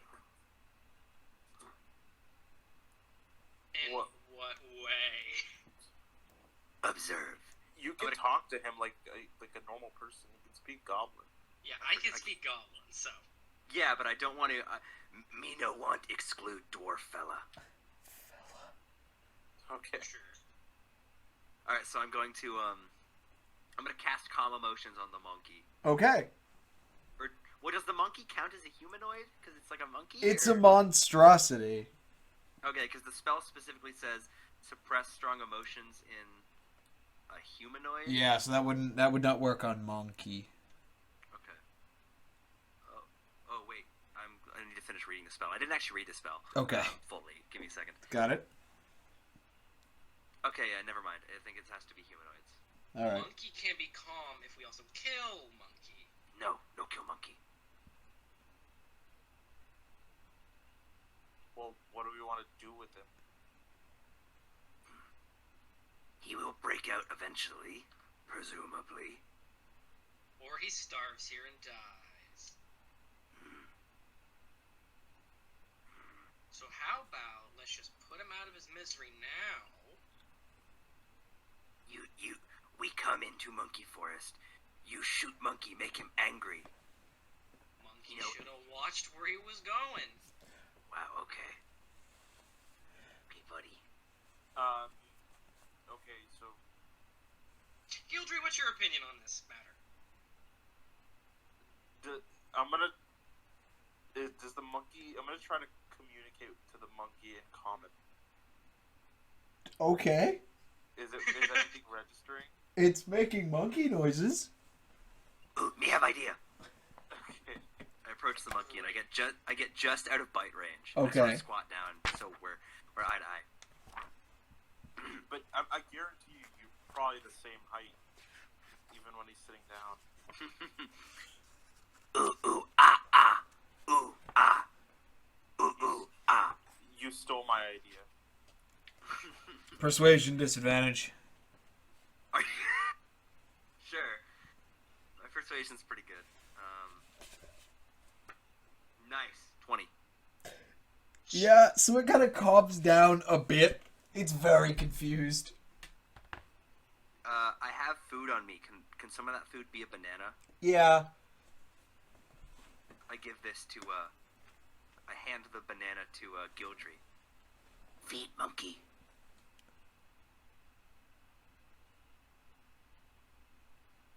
Gildry, feed monkey. I feed monkey? Take banana, feed monkey. You do it. Okay. You're banana, and you're the one who wants to keep the monkey hogtied. Oh, I take a shovel that I have out, Alright. and I put the banana on the end of the shovel, and I sort of like hold it out to the monkey so that it can't take my arm off with its jaws.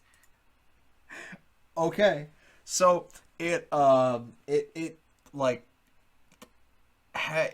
looks curiously at what you're doing, and then it goes to just eat it, peel and all.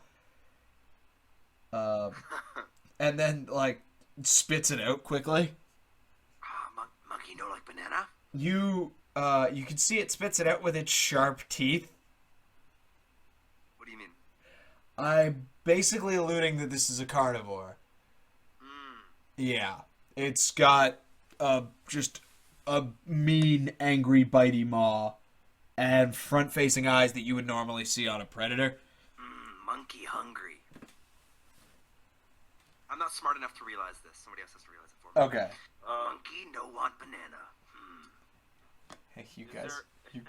Are there any dead goblins around? Oh, yeah. All of them. Oh god. Good. I'm glad you were thinking the same thing I was. I don't know if I want to do that though. Why not? I don't know if I want to defile them. Bugbear's a little stringy, but it's full of protein. Yeah, I'm curious to see this. I'll go over and start dragging one of the small goblin corpses Can I over. like have like jerky on me or something? Yeah, you got. Alright, You probably got dry I'll meat put rations. The jerky on the shovel, and I'll like sort of gesture to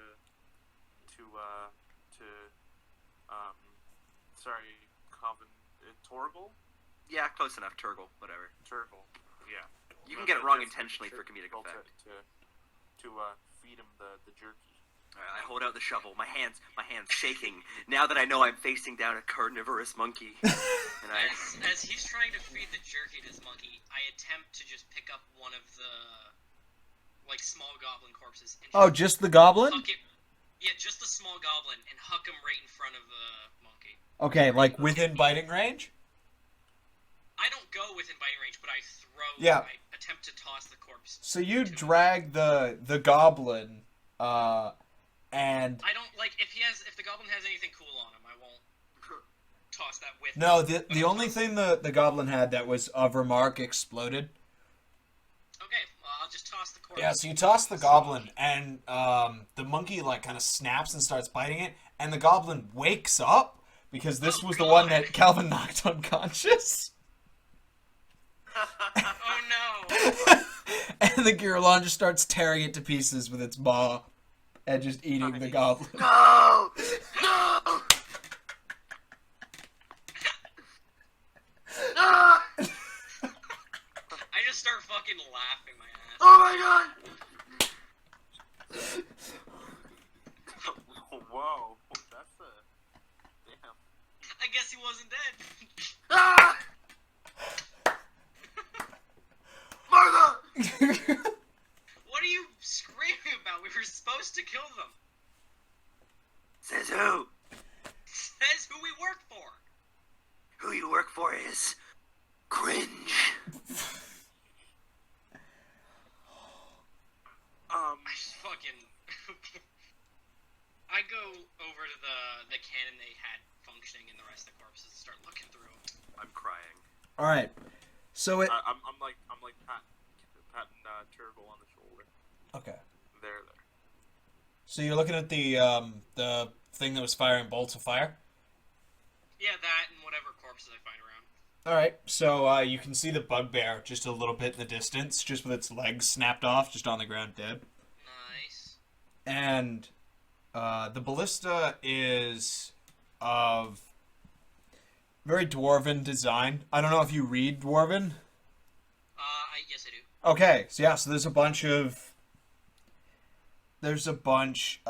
markings just all over it. Just kind of runes, like runes for fire, rune for launch, for mount down at the bottom. And you can see a strange kind of symbol that you don't recognize. It looks like what's the word I'm looking here? Like a somebody who made something signature that you put on something. Okay. Yeah. And it's got the dwarven letters for E-B. Yeah. Is it flat against the surface, or is it the rune like raised at all? That rune is. It looks like it was, like it's a mold, like it's uniform. Okay.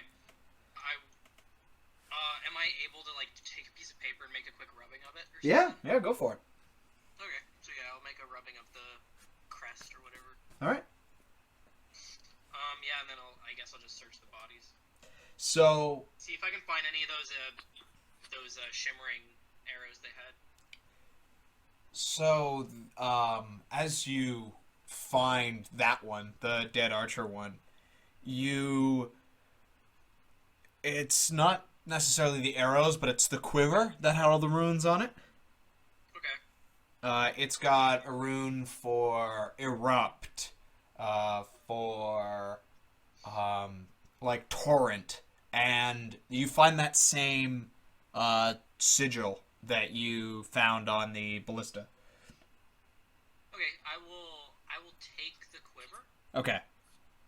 and I will sit down real quick and I will cast detect magic ritually. Okay. So for 10 minutes I sit and Yeah, yeah. cast a spell through my gun, and then anything that I pick up magic for I will grab. Okay. So, as you detect magic, you detect that there's magic in the ballista, of course, which is drilled into the ground. On each of the plates wrapped around the bugbear's arms, you can detect magical residue and some of the shrapnel from the cylinder that the goblin was carrying. Great. Can I see if I can get those plates off of that bugbear? Yeah, make me I'm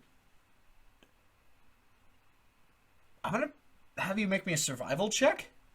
Survival? Yeah. 12. Okay. So you pry a few of them off.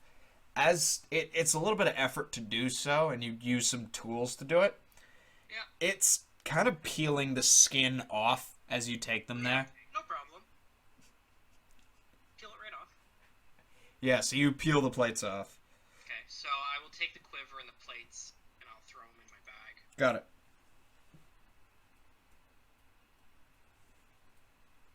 Yeah, so you've got... Do you want me to give you the... Well, you haven't cast Identify on them, so I'll just keep them as quiver and plates. Yeah, I'll just wait till later to do that. Okay. Okay, so what's your next move? I look to the other two. Are we ready to fucking head out? Are we just gonna leave this monkey here? Turgle, it's fine. They were bad goblins. He was alive. They were also alive before we killed them. I don't think he killed any of them. I feel like he has a little bit of a soft spot for alive things. I make the crying Toby Maguire face. Oh no. Yeah. Okay, I start heading, like I pack up camp or whatever and head out in the direction that we saw the goblin or whatever the thing that ran away. Okay. Yeah, I'll start following. Got it. So you follow for about an hour, just kind of the occasional snapped branch, just kind of a trail which has been blazed through the undergrowth, and you eventually come across something similar to the two of you that have been to the lodge, not to Turgle. Oh, did I say I was following? Oh, were you? No. Oh. I'll be back though. Don't worry. Okay. Oh, for now I'm mourning a loss. Got it. So you two head on, continue with your mission as Turgle the Morning stays and mourns this living goblin fed while it was alive to a hungry monkey. I fed a goblin to a monkey. That's fucking awesome. So eventually you arrive at, it's a similar door to the one that was the door to Blackjack's workshop. Okay. It's got a strange kind of inlet for an orb of sorts. And it's got this... At first glance, it was moss, but it's actually rust on this overtopping iron, just sprawling thing that's made to look like vines to try and camouflage this. But it's a bronze door. It's kind of hard to hide in the forest. I will look to Gildry and just kind of nod and push against the door, see if it gives. Yeah. I'll be ready with great axe, battle axe, the hand axe. So as you push it, it doesn't really have any give. Is there a doorknob? There is not. In fact, it almost looks like the absence of one is. There's the little slot for a spherical object in the center. Okay. I'm gonna take my hand axe and sort of like in between the door and the frame. I'm gonna sort of just like jam my hand axe, try to cut the piece that's blocking the door. Okay, make me an attack roll. Attack roll? Yeah. 17. Roll damage.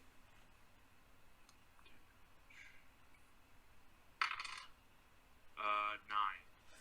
Okay, so you just kind of wedge it in there, and are you trying to like slash at the hinges or pry it open? I'm trying to I guess break the hinges. Okay. Yes, you just you strike with your hand axe just in the hinges, and it kind of it it hits it. It was an impactful blow, but it didn't really seem hard enough to shake it. Okay. Does the inlay like an orb look like any size similar to the thing that Blackjack gave me? Yeah, it's actually about the same size. I mean, just for curiosity's sake, I'll pull it out and just kind of press it into the inlay, see if it does anything. All right. So as it's pressed against it, it almost feels like it's magnetized and sucks in. The door starts like what's the word I'm looking for? Like rotating to the side as it slides open. And it goes all the way in, and then you hear this kind of concussive blast, and it shoots a few sections of the doors back into the doorway. So it started to open up and then shot closed? It opened up, and then was destroyed, and shrapnel of it kind of shot back into the doorway. Okay, so there's a clearing to get through? Yeah, you can go through. The door is no longer there. There are a few pieces of the door that exploded from the device that you used. Yeah. And past it, you can see kind of a spiraling, brutishly carved staircase. Well, that was fucking rad. Let's go. Yep. All right. So yeah, we head in. So you guys head in, head down the spiraling staircase, I assume? Yep. Staying on alert. So, as you are going down, you can hear footsteps coming up the stairs. Coming up the stairs? Yes. Fuck. How far are we down the stairs? Probably about 35 feet. Yeah,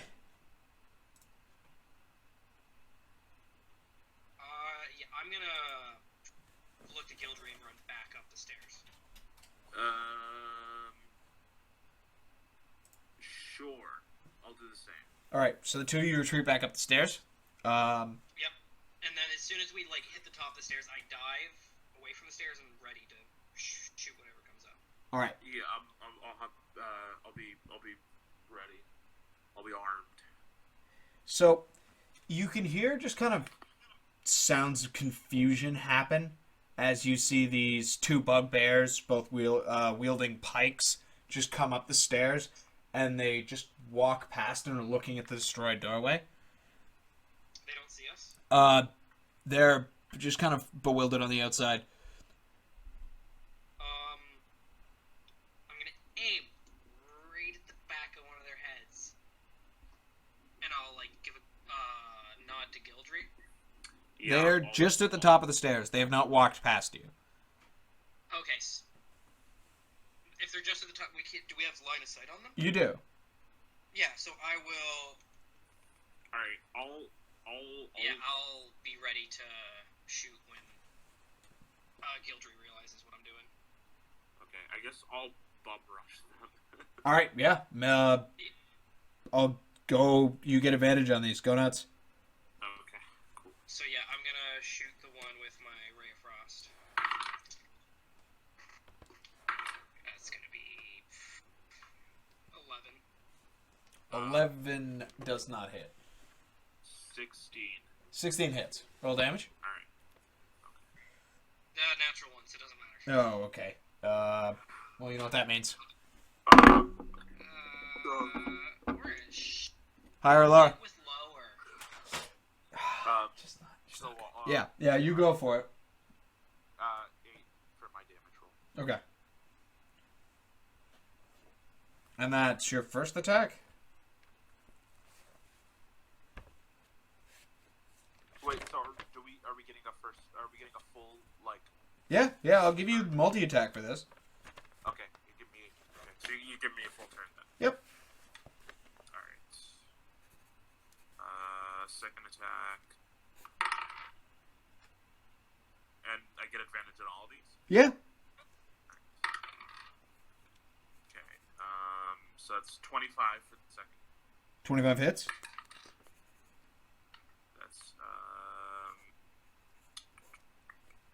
That's 6 damage. Okay. And then offhand attack. Got it. Oh, that's 9. 9 does not hit. Okay. So you jump on it. Huh? As he's doing all this, I'm going to use my bonus action to shoot my force. Well, oh no, because I need to do an... I will make my force ballista, if I can, when I get a chance. Got it. I'll allow you to do that as part of the same thing. And now I would like you to roll initiative. Okay. Alright. That's rough. 5. 7. And I thought they would be going last. Alright,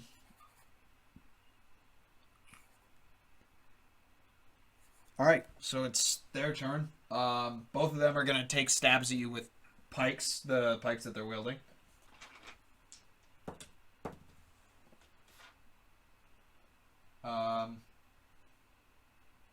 Does 18 hit?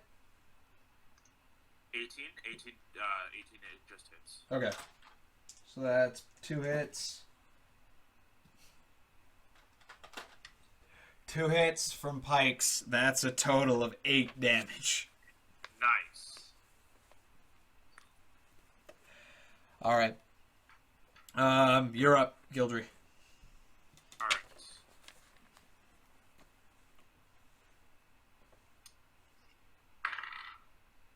Ooh, natural 1. Okay. You know what that means. Yep. Critical fail. Higher or lower? Sorry? Higher or lower? Higher. Okay, so you're good. Okay. Alright. Second attack. That's a 19 to 19 hits? Excuse me. That's 6 damage. Nice. Alright, offhand. Got it. That's a 22 Hits. to hit. Alright. That's 7 damage. Nice. Is that your turn? Yeah. Alright. Odo, you're up. Yep, I will... Now, having made my first ballista, I will first Ray of Frost, the... one of the bugbears. Wounded or unwounded? Wounded. That's gonna be... That's hit with, like, 20-something. Oh, yeah, it hits.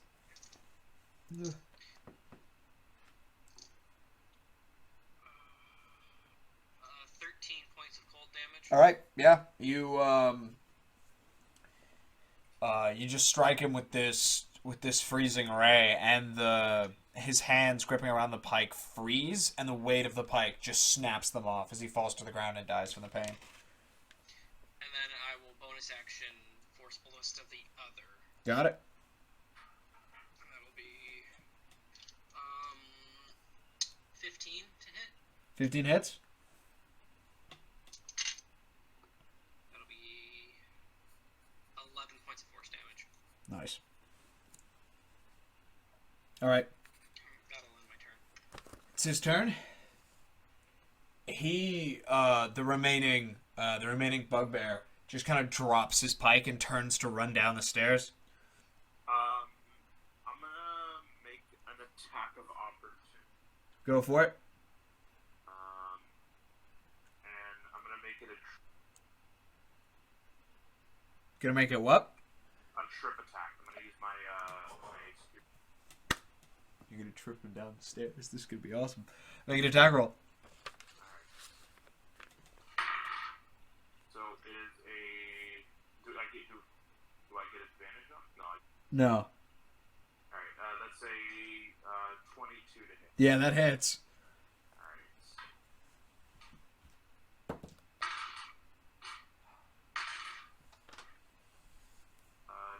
10 damage. And Okay. He has to make a strength saving throw.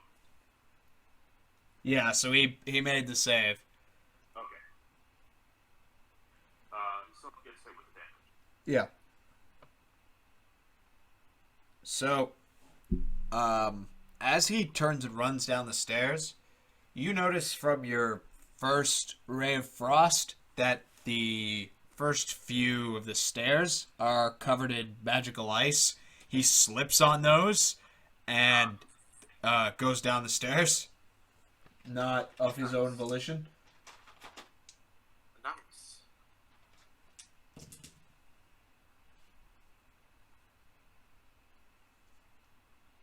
Alright. I guess I'll... So he's prone, not prone. He's falling down the stairs. Yeah. And I'm assuming when he gets to the bottom of them, he's going to be knocked. So, yeah, he falls down the stairs. He's making these just horrendous sounds of kind of bones breaking and just general sounds of goblin unpleasantry. And as he's going, you just hear the goblin sounds stop and the bones keep going. Oh, so he died. Yeah. Oh, it's a long way down. Yeah. Damn. I was going to hog time it, but that's fine. So yeah, I guess we will head down. Avoid any ice that's left so we don't slip and die. Got it. And start heading back down. All right. Listening to see if anyone comes up. So carefully avoiding the ice you created on the stairs, you just tiptoe your way down, and eventually it levels out into a walkway, and it splits. It splits into two curving hallways at the end, and there is a room on your left and your right. You can see the bugbear corpse just kind of mangled at the bottom of the stairs. Beautiful. I will nod left. I'll nod in either direction and see which way Gildry wants to go. Your call, mate. I will head down the left path. Alright, I'll follow suit. Left path or the door on your left? The door. The door on left. All right. So you I open will the. let him lead in. Okay. So I'm assuming you're gonna open the door. Yep, I'll cautiously open the door. So you cautiously open the door, and inside you can see two hobgoblins just kind of sleeping in cots. Okay. And that's about it. There's a small. There are three cots in this room. One along the wall where the door is on, and that one is empty. And then there are one along the wall perpendicular away from you, and the wall parallel to the wall with the empty cot. There are two hobgoblins sleeping in those, and there's no cot on the wall to your left. And there's a small box between the two that are sleeping. Oh, there's sorry, what?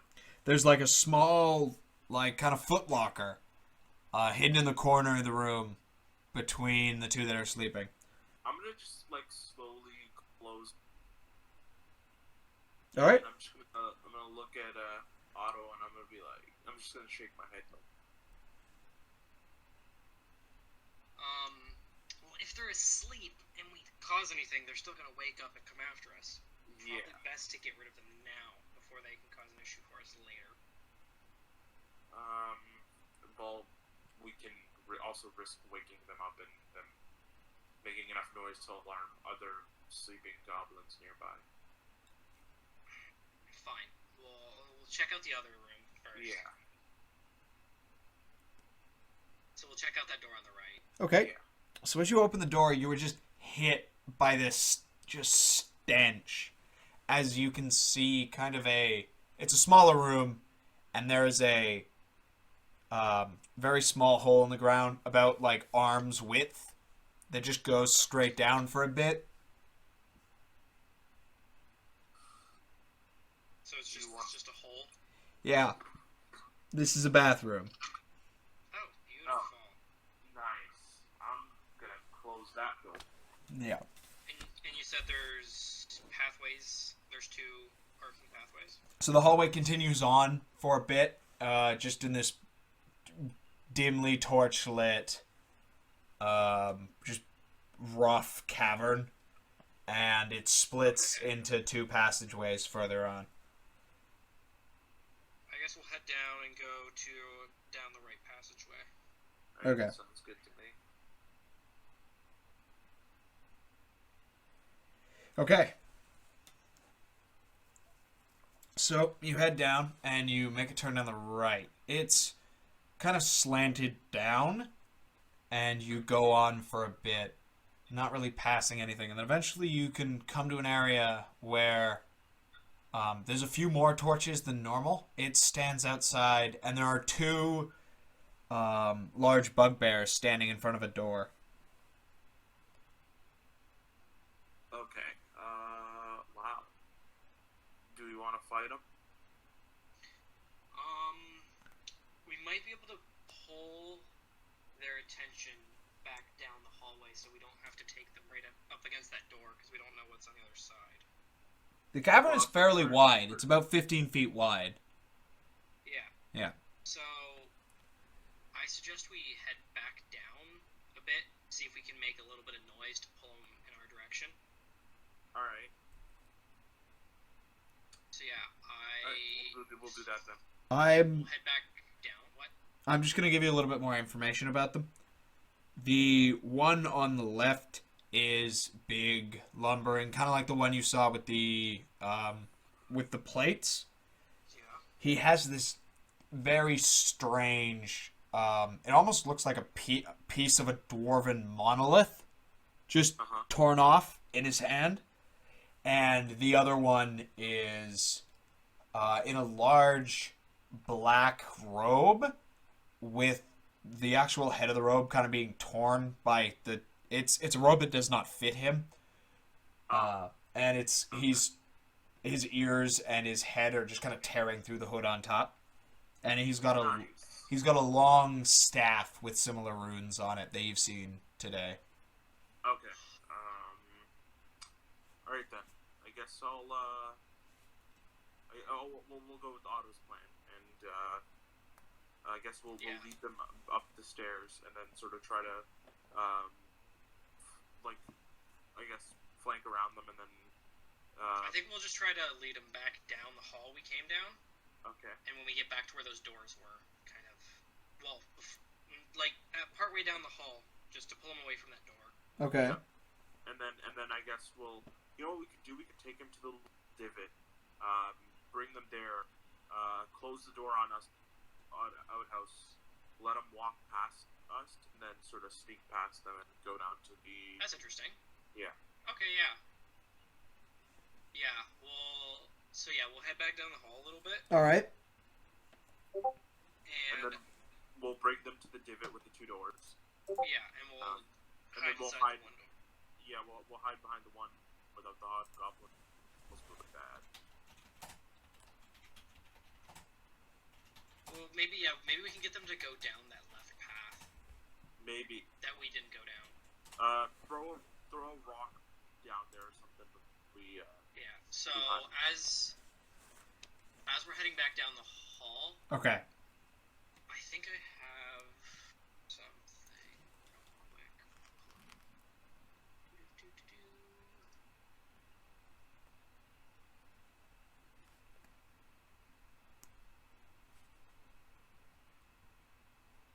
Yeah, I will pull out A single ball bearing for my bag of 1,000 ball bearings. No, I'm gonna pull out a small object. Okay. And I'm gonna. How wonderfully specific.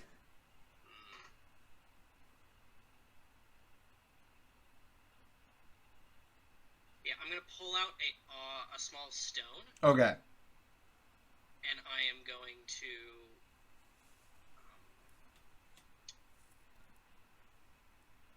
Oh no, it's only perceivable up to 10 feet. Shit. You know what? No, I'll just. As we're partway down the hall, I'll kick a big stone or throw something against the wall loud enough for them to hear. All right. So as you do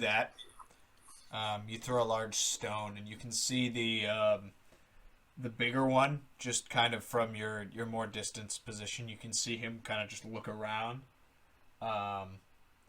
Then he just kind of nudges the robed one and walks off. The robed one does not follow. Okay, so he's coming down the hall. Yeah, he's heading towards you. Okay, we'll keep walking back down the hall. Okay. Until we get to that split. So, funny thing about that split, you get to that split and you can see a goblin just kind of exit the outhouse. Okay. And he's just kind of got a little bit of a spring to his step, and he starts heading towards the split where you guys are. Shit.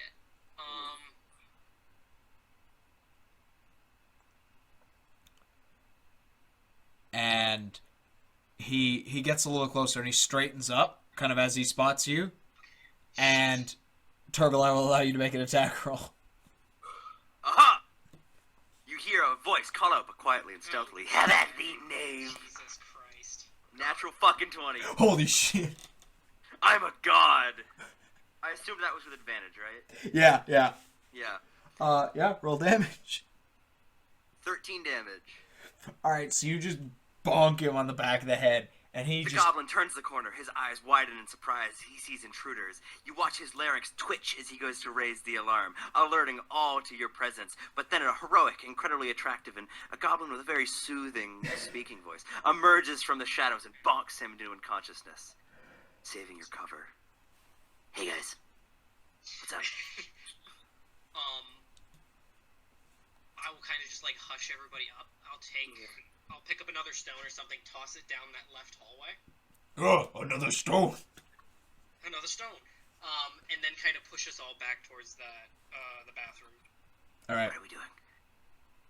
I can't just push. Just keep going. Hide. I hide. Alright, so you guys are all in the bathroom? I open up the bathroom door and push the other two inside. Okay. So, the most... I look out to see if the... Yeah, he's just, like, rounding the split as you look back. Okay. Is he coming towards us or going down the left split? He's just kind of looking around. He's not really proceeding any further. I'll actually have you make me a stealth check. Everyone? Just, Otto right now.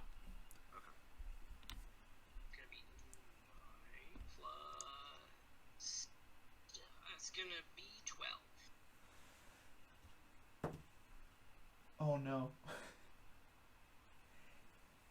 So, you're just kind of crouched down a little bit, hiding and looking forward to him. And he just kind of locks eyes with you immediately. He spots you and he starts walking towards you angrily. I close the door on the bathroom. Okay. And just duck in with the other three. And I look at him. I'm like, as soon as he comes in, pull him down the fucking hole. Push him in the hole. The hole's about an arm's length. Like, not length. It's like an arm's, like, you would get your arm stuck trying to put it in there. Gotcha. Yeah. You could pretend you're one of the goblins who's been attacking him. You are a goblin. Considering the way I'm dressed and I have a lot of like very peculiar stuff on me, I don't think he's gonna believe I'm from here. I mean, your call. I think we just fucking nuke him as soon as he walks in the door. Alright. I guess we could do that. So, after a few moments pass, you hear a knock on the door. I ready my focus and just come in. What? And he just slowly opens the door and sees all three of you there. The moment he fucking locks eyes with me, I release that ray of frost. Got it. Yeah, I'll make an attack. Yeah, you guys go nuts. Yeah, I bonk him. Is it with Natural advantage one. or just... Oh, definitely with advantage. Definitely with advantage? Oh, Okay. with advantage? Yeah, yeah. 9 plus 17. 17 I hits. got a 25. That hits as well. I got a 9. 9 does not hit. 18 points of cold damage. Woo! So, yeah, 9 doesn't hit, I figured. 9 does not hit. 7 points of damage. Are we getting a turn, or are we just getting it? Not on this one. Now I'm going to have you all roll initiative. Alright. Gotcha. 13. Okay. 15. 19. Nice. Too fast. Like Sonic.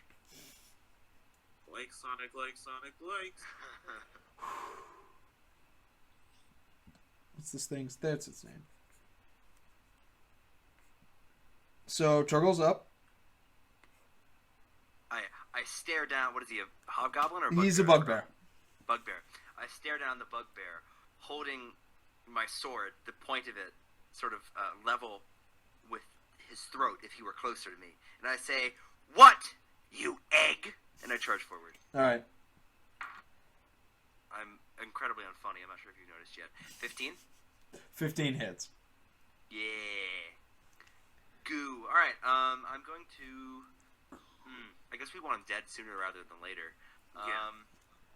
Pump, I will pump, second level pump, divine pump. smite. And sorry. I'm just chanting pump.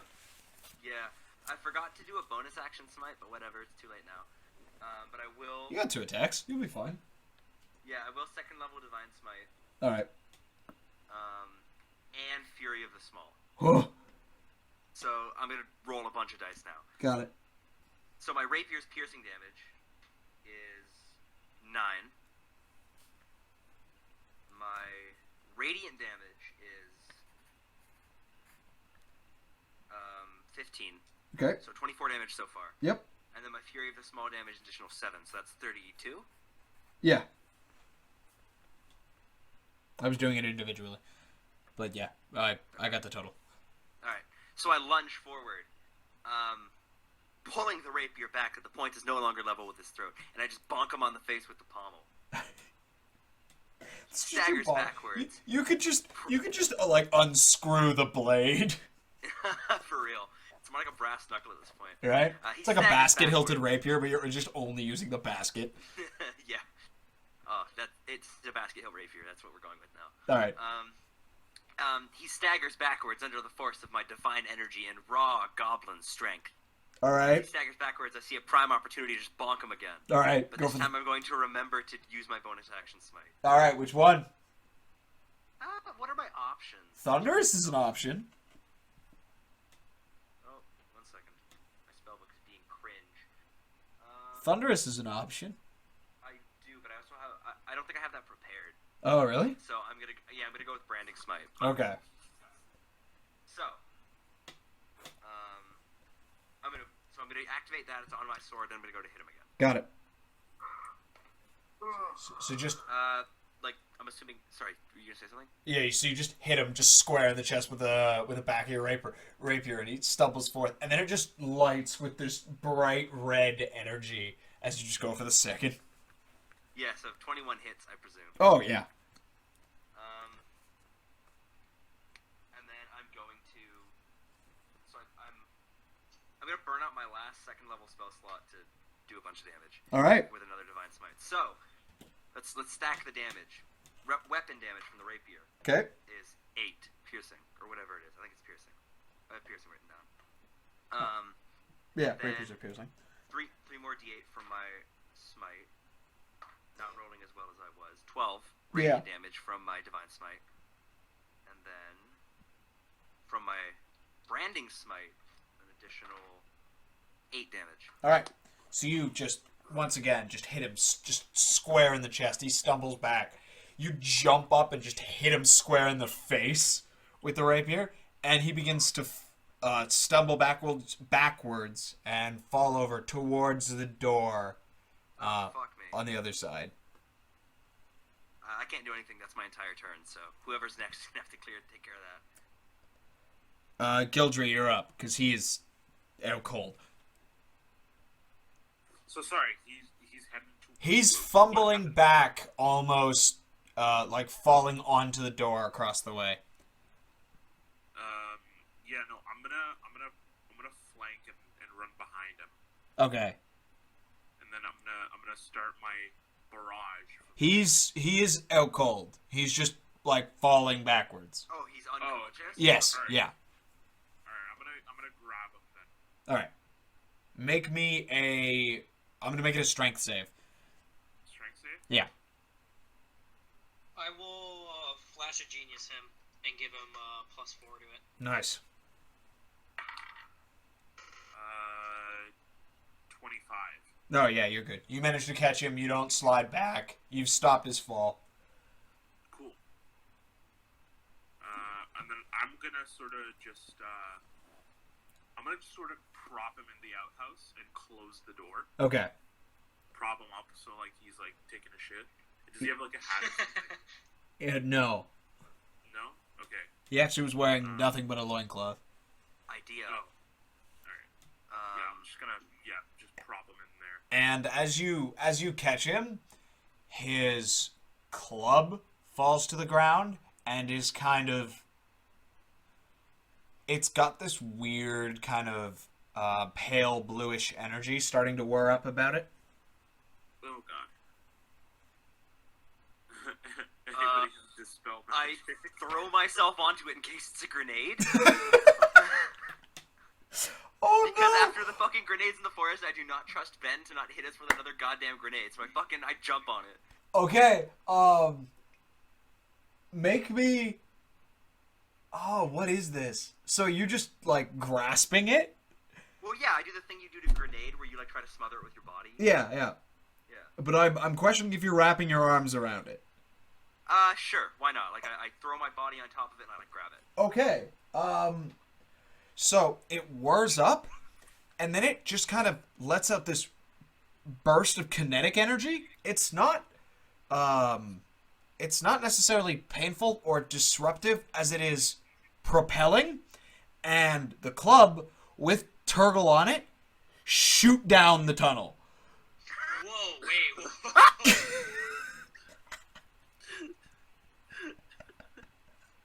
I just start fucking running after it. Yeah. All right, so you guys are I like full sprint.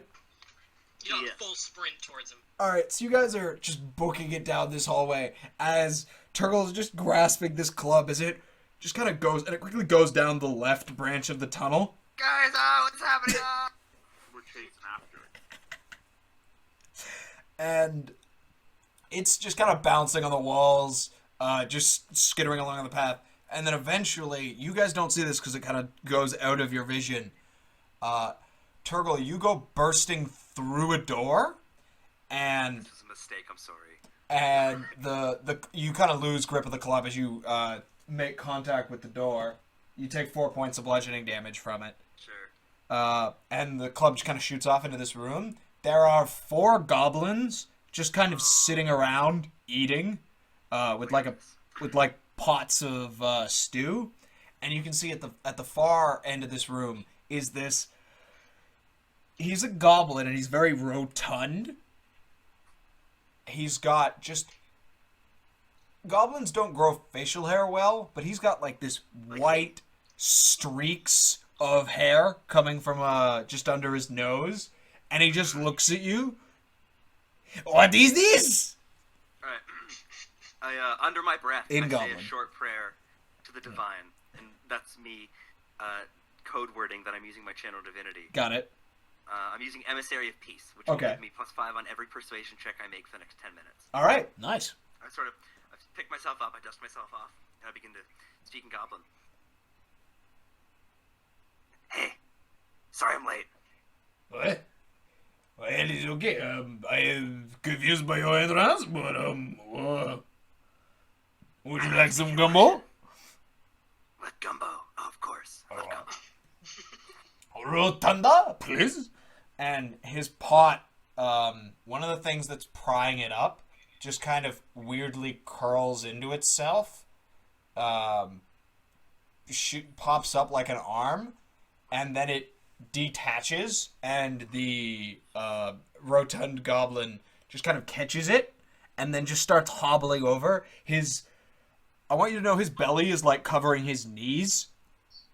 Nice. And he's just kind of hobbling over, and he presents you with this just bowl. I take it gracefully, and I sort of, I do the little bow that you do when you're taking something from somebody. You're like, thank you. Yeah. What's in the gumbo? What kind of gumbo is it? So there's a bunch of eyeballs, like way a lot more than you expected. There's some mushrooms, something that looks like meat, like that could be meat, probably is. You don't really know what it is. Just kind of floating in this brownish greenish liquid. I look down at the hell gumbo, and I just sort of reach my hand into it, and I just slowly lift it to my mouth, and I take a big, greasy, chewy mouthful of this abomination, and I go,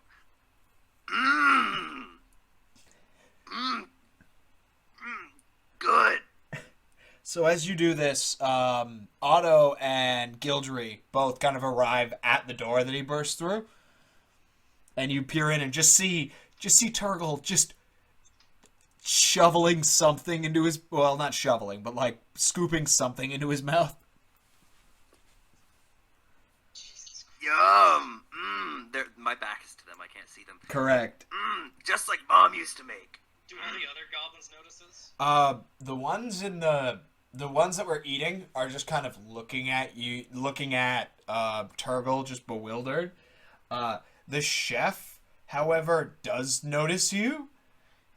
Oh, we have intruders! Oh, no, they're not intruders. They're not intruders. They're with me. Those are my band. Persuasion. Okay. Yeah. Oh, here comes the band again. I didn't think of something to say before. We're a band. Here comes the Fuck band me. again. That was a mistake. Okay, it's okay. My persuasion is fucking stupid. God, I'm so bad at math. Like 23? 23.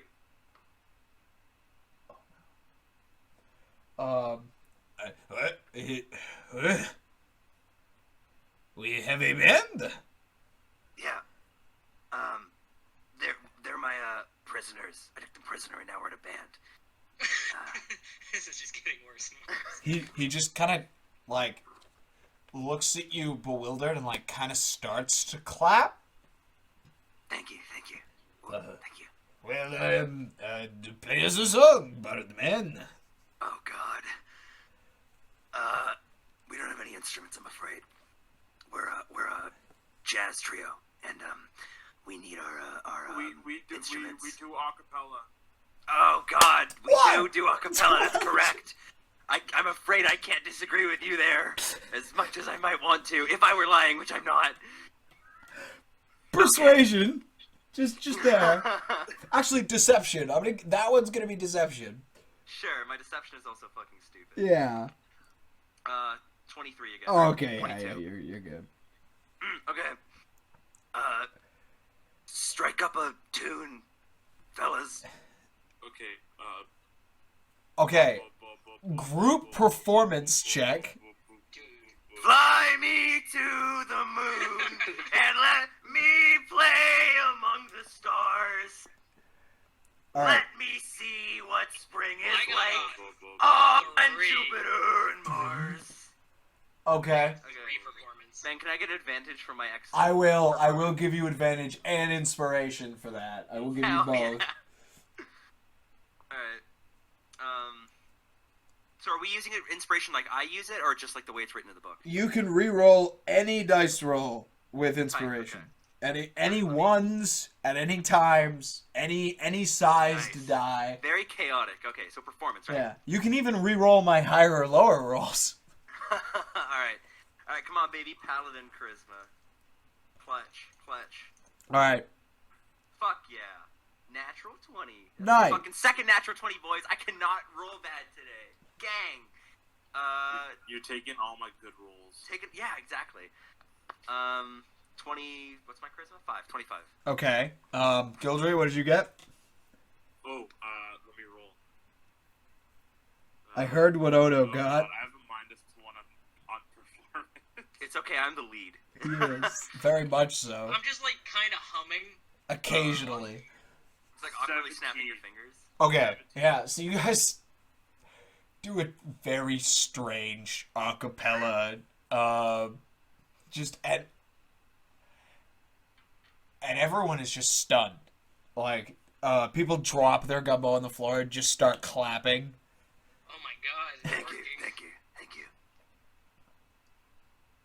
We bow. Alright. I bow at least. I bow. I'll bow. Alright, well, that was in Brazil. Well, what happens now? Are you going to keep playing, or... My vocal cords. Oh, I didn't warm up. Oh, I can't sing anymore. Uh-oh. That's a real shame. I'm looking for one of the other two to take the lead on this. Okay, well, it was nice to meet all of you. I have to go, tune my harp. Sounds about right. Have a good one. You too. I point at the hell gumbo. Can I get a bag for this? Yeah. And he just kind of taps weird sections of the cauldron, and it once again extends an arm out above it, and it kind of makes this membrane that kind of goes down, picks it up, and then severs into a like clear bag full of hell gumbo. You can see a rat like swimming around in it. Oh God. Okay. And Thanks. and he just hobbles over, just almost dragging this bag, looking like it's gonna burst at any second, and hands it to you. I use like 2 fingers. You know when you pick up like a dead like spider or Yep, something, and you use like 2 fingers. I do that, and I just like thank you, and I'm holding it at arm's reach as I turn and walk out. Got it. Is this room dead end, or is there... There is more path. Oh, let's go that way then. Oh, sorry, I got turned around. Did you so you guys are heading forward away from the exit? Yeah. Yeah, Why not? deeper, We're crazy deeper. people. It's not great. I'll figure it out. So you guys proceed onwards, and you eventually come at where this path merges with another path from the right. Left, right. So you're at kind of a T-bone. Okay. So you've got a passageway to your right and a passageway to your left. Otto, you're a smart guy. I defer to your judgment. Oh, great. I say this in Goblin, so Gildry can't understand it.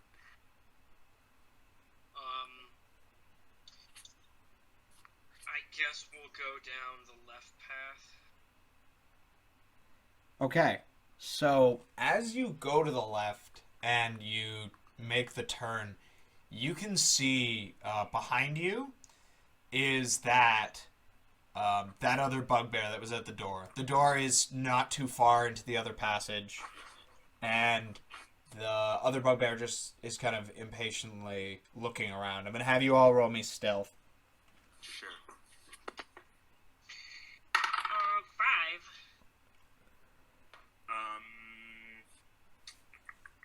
15. 21. Okay. So, as you all turn the corner, you just hear like this hacking cough come from the bugbear at the door, and he just kind of hunches over and looks away from you. You guys just pass along unnoticed. Eventually, you come to this area where it just kind of branches out, and there's this large cavern. It's got a few glowing mushrooms adorning some of the farther areas, illuminating this large chair, which the biggest bugbear you've seen so far sits in.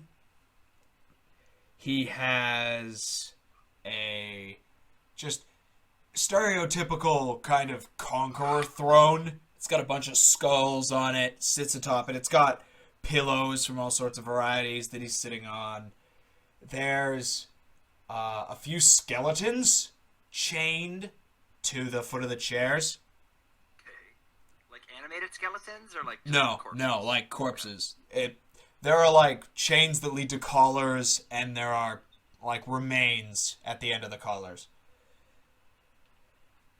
How many creatures in this room? So there's him on the chair. He has somebody talking to him, standing in front of him, which is a hobgoblin of sorts. And there's just kind of like 5 generic, like, kowtowing goblins just around him.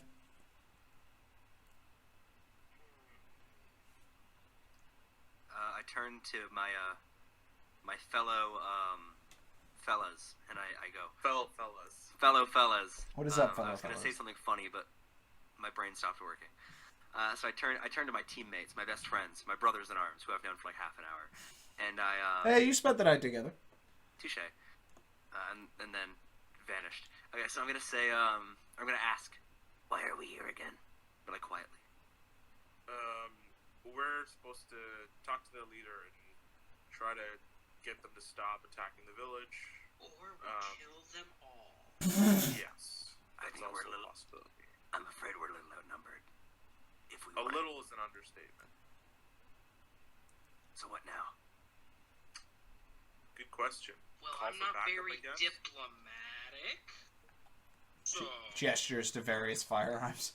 If we're going to negotiate, we need to make that decision now. Could we call for backup and just bum rush them? well, considering we're in a different, like, continent, I don't think we have any backup that's going to show up anytime soon. They got teleportation circles. Not to this specific area, so that could be a while. Are you sure? Because didn't we cast a teleportation circle? Yeah, but To we this also area? we travel, like, we're a day's travel from that teleportation circle. Yeah, I mean, I guess we could retreat for now and then wait a day for reinforcements to show up. We know where it is now, and we have a little bit of a perspective on the structure. Considering it's our Okay. contract, I don't know how well they're going to really want to send reinforcements. Also, if wait reinforcements till next day, we take people out here. Correct. Now they know we coming. We lose surprise Exactly. element. Okay, so what's the plan then? Your contract. Your call.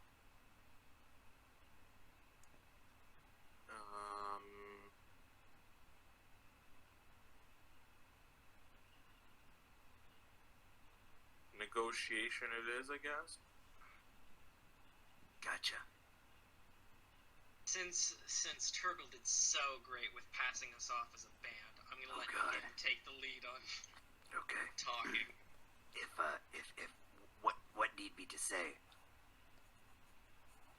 Stop attacking the village and killing people.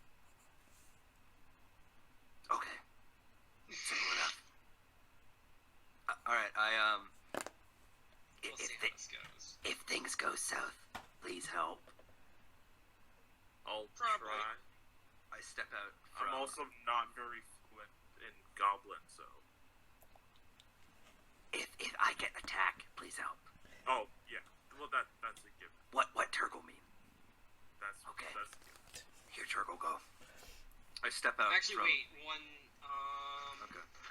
Before he walks forward, we'll look at something real quick. Yeah, I am going to cast Enhance Ability on him and give him advantage on charisma checks. Nice. Jesus Christ. Okay, so I'm at. Okay, so I'm at +5 from my channel divinity on Yeah. persuasion, plus proficiency, plus my existing charisma, and I'm rolling with advantage. Okay. Nice. God. Alright. So as you walk into this, room, into this cavernous space, you just see that there's like stolen tapestry. There's like enough stuff here to rival a dragon's hoard. Okay. So, question. Yes. Benjamin. As a traveling goblin, Yes. how familiar am I with this particular king and his court and his customs and stuff? If at all. You are not too familiar with goblins in this area. They're generally further west on the continent. Goblins this far east is actually pretty rare. Okay. So there's not much known about. I'll let you. You can roll me a history. Sure. Yeah.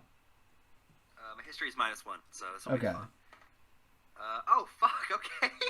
Jesus Christ. On fire today. Okay, so I rolled a 19, so that's 18. Okay. Over the past few weeks, you've heard stories of this new goblin band that's been attacking. It's really just been attacking traders, not necessarily just travelers, and they do not have. There's no one has come back from them. They just know that there's been maybe 1 or 2 survivors in the few weeks that they've been attacking caravans. Okay. And So, the few people that survived just said that they had strange technology like they had never seen. Okay, so I don't know the king's name. I don't know the name of his, domain. I don't know anything like that. No. Okay, gotcha. Here goes nothing, I guess. I step out from wherever it is we're hiding, and Okay. I walk confidently into the court, maintaining a respectful distance from the throne, of course. I get you. So And as you're doing that, the like a gangly arm from the bugbear just reaches out and taps the general and just gestures for him to turn around, and he just kind of does what you did earlier for the gorilla. He just kind of puffs out his chest and postures up, just looking down at you. I clear my throat obnoxiously again, right in the All right. microphone. Hail to thee, mighty leader, he whom before him shake empires and the hearts of man. I have come as a liaison with which to speak to your grace. What? Of where do you hail from? I hail from a nation that no longer exists among a people that have been wiped from history, I'm afraid.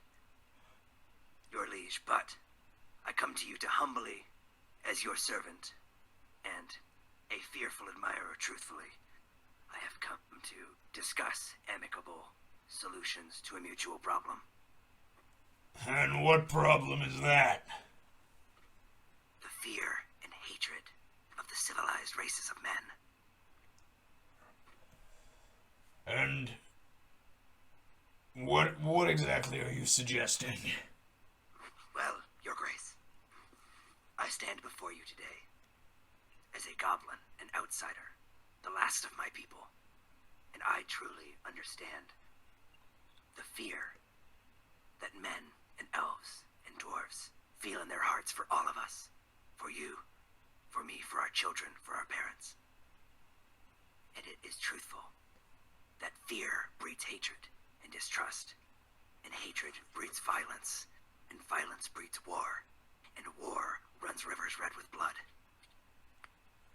I fear that the humans have already begun to mobilize against you, and against our kind as a whole. I simply come to you as a humble servant, and wish to communicate that the humans are being provoked. I am uncertain of how aware you are of this. So Oh, sorry. No, if you want to interrupt me, go ahead. So he just kind of looks at you, just kind of fearfully and inquisitively. And the man he was talking to, he's short for a hobgoblin, but still taller than all the other goblins.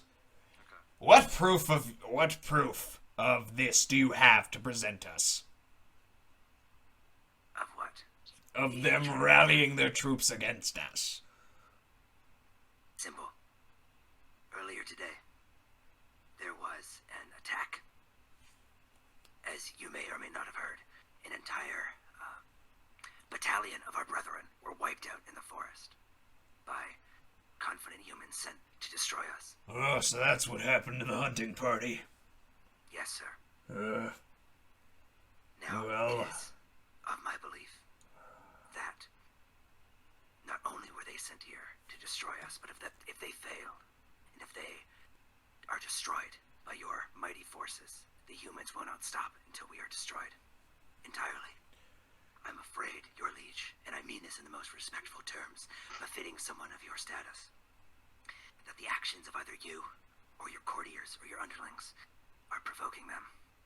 I believe that raids, attacks, ambushes on human trade caravans and travelers have brought the humans to the brink of war, and that soon they will dispense with all of their armies and horses and weapons against us, and that our race may be wiped from history. So, as you're saying this, the hobgoblin whispers something in the king's ear. Okay. Does he stop me or? No. He just as you're going, he's just whispering something in his ear. My liege, what say you to this uprising of man against us? I don't know. We're stronger than them, especially with our gifts. If we had more, which apparently we could get, we could probably stand the ground. We may stand the ground on the battlefield. You're correct, sir, but as any warrior, yourself included, must know, wars are not won on the battlefield. They're won in the hearts of your subjects. We may be able to defeat their army, rout their forces, even crush their generals before us, but how long can our people survive the inevitable famine, the poverty, the cost of war? We may take 100 of their soldiers down for every warrior among us that we lose, but truthfully, how do we console the families of those lost, those who are starving because of the food that must be routed to the war effort, those that suffer the psychological and economic burden of war? If our ports are besieged, our people starved, and our crops burned, we may not be able to mount a true offensive, and as opposed to a quick, glorious victory on the battlefield, we will lose a slow, devastating defeat of 1,000 cuts. Yep, roll persuasion. Sure. And I'm rolling it with advantage. With advantage, and your bonuses just go nuts. 3,000 bonuses, sure. So let me calculate my bonuses, actually. All right. Plus 8 persuasion, then plus 5 for my channel divinity is what, 12? Yep. With advantage. And then advantage. Okay, so that's 12 plus 12 is what, 24? 24. Yeah. 24. So what exactly is the plan? I beg your pardon, my liege. What do we do? Simple. We cease antagonizing the humans. We allow raiding parties to steal and to plunder, as is our proud tradition as warriors and bandits and monsters who strike fear into the hearts of men. We cease attacking large merchant caravans. We cease leasing no survivors. We must show men that we are a threat not to be trifled with, but not so much that we must be wiped from the map entirely. We must allow them to begrudgingly accept our existence. Well, we have been taking more than we need. I guess if we lay down, you do make a good point. But we deserve more. We can take... Shut up! And the hobgoblin, takes out what looks to be a strange, it's a cylinder with a weird spike on it, and he just makes an attack on the king. Okay, I can... Whoa! Yeah, Jesus Christ, like Six Semper Tyrannis and shit. I can... How far away am I from the king? You are about 25 feet. Okay. Would I be able to sort of throw myself forward to within 10 feet and use my aura to soak up the attack before... Athletics. Athletics, sure. My athletics isn't great. Okay. Athletics or acrobatics. I will. I'll let you do either or. I think I can flash a genius. I'm concentrating on a spell, but I don't think that has anything to do with. Yeah, as long as if it's not the only thing spell concentration has to do with is other spell concentration. So yeah, go for it. Yeah. Is Turgle within 30 feet of me? Yes. Is it Okay, a saving save. throw only? What? Is Flash your Genius for a saving throw or any roll? It is for ability check or a saving throw. Damn. Okay, you're good. So yeah, you get a +4. 6. So I'm my dex. You said I can use acrobatics. Yeah, I'll let you do either or, whichever's higher, Thanks. or whichever one you So want then to I'm- use. So I'm +4, so +8. Okay. Nice. Oh god. Oh god. Oh god. Okay. Throw the dice, Calvin.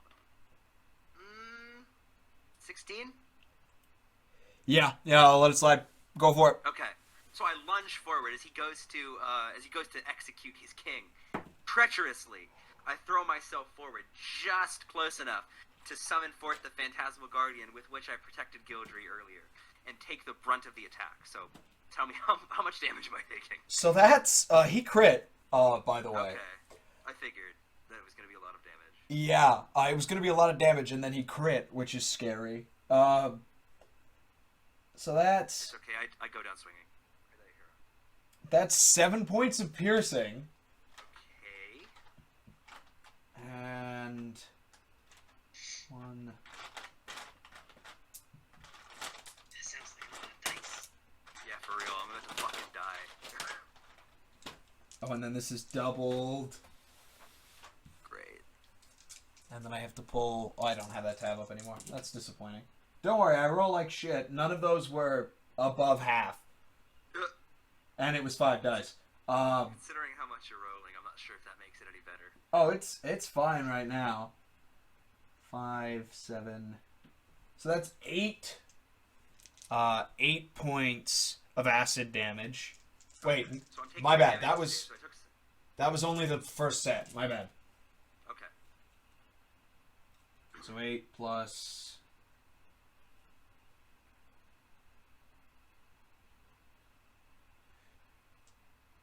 26 points of acid damage.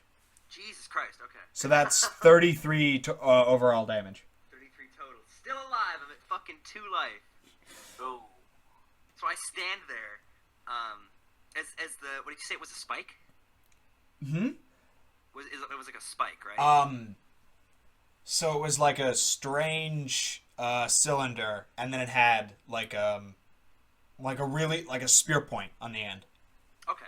So as he lunges forward with this strange weapon of assassination, I wordlessly throw myself forward just to within 10 feet of the king, barely close enough to summon the last of my strength and channel the divine energy and place myself, even temporarily, at a separate point in space to absorb the attack to save the king. Nice. From across the room, a massive gaping hole opens up as my chest as I am stabbed. Good. I collapse to the ground, nearly dead, bleeding profusely. How many hit points you got? 2. Oh my god.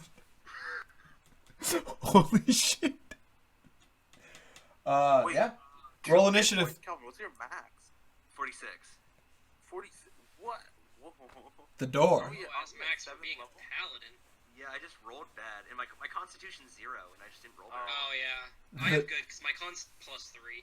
Yeah, my con's +3 as well, and I roll pretty well. Yeah, I was more concerned about being hard to hit than tanky. I have really low HP. I got some goblin, that makes sense. But yeah, so I'm fucking like, I'm like on my knees clutching at my wound. Oh my god. Alright, yeah, so everybody roll initiative. Great. I'm at fucking 2 life. And I'm the only healer, so I'm gonna have to do it myself. I gotta do it my damn self. 14. 12. Okay. 13. Okay, that's perfect. So, all of the kind of worshipping goblins just kind of hesitate and don't know what to do. Then the traitor, just looking infuriated, just whirls this bolt of energy and sends it directly at Turgle. Get Ben. I don't have anything to do. Does 20 hit? I because shield is self. 20 on a range. 20 on a ranged attack. It's a ranged attack, yeah. Ranged spell attack. Oh, thank fucking Christ! It doesn't hit. Barely. All right. It's Oto's turn. Okay, so I am going to aim my focus right at the traitor, and I am going to cast Scorching Ray. Okay. The thing. Go for it. So it's going to be a range. That's 3 ranged spell attacks. Yep.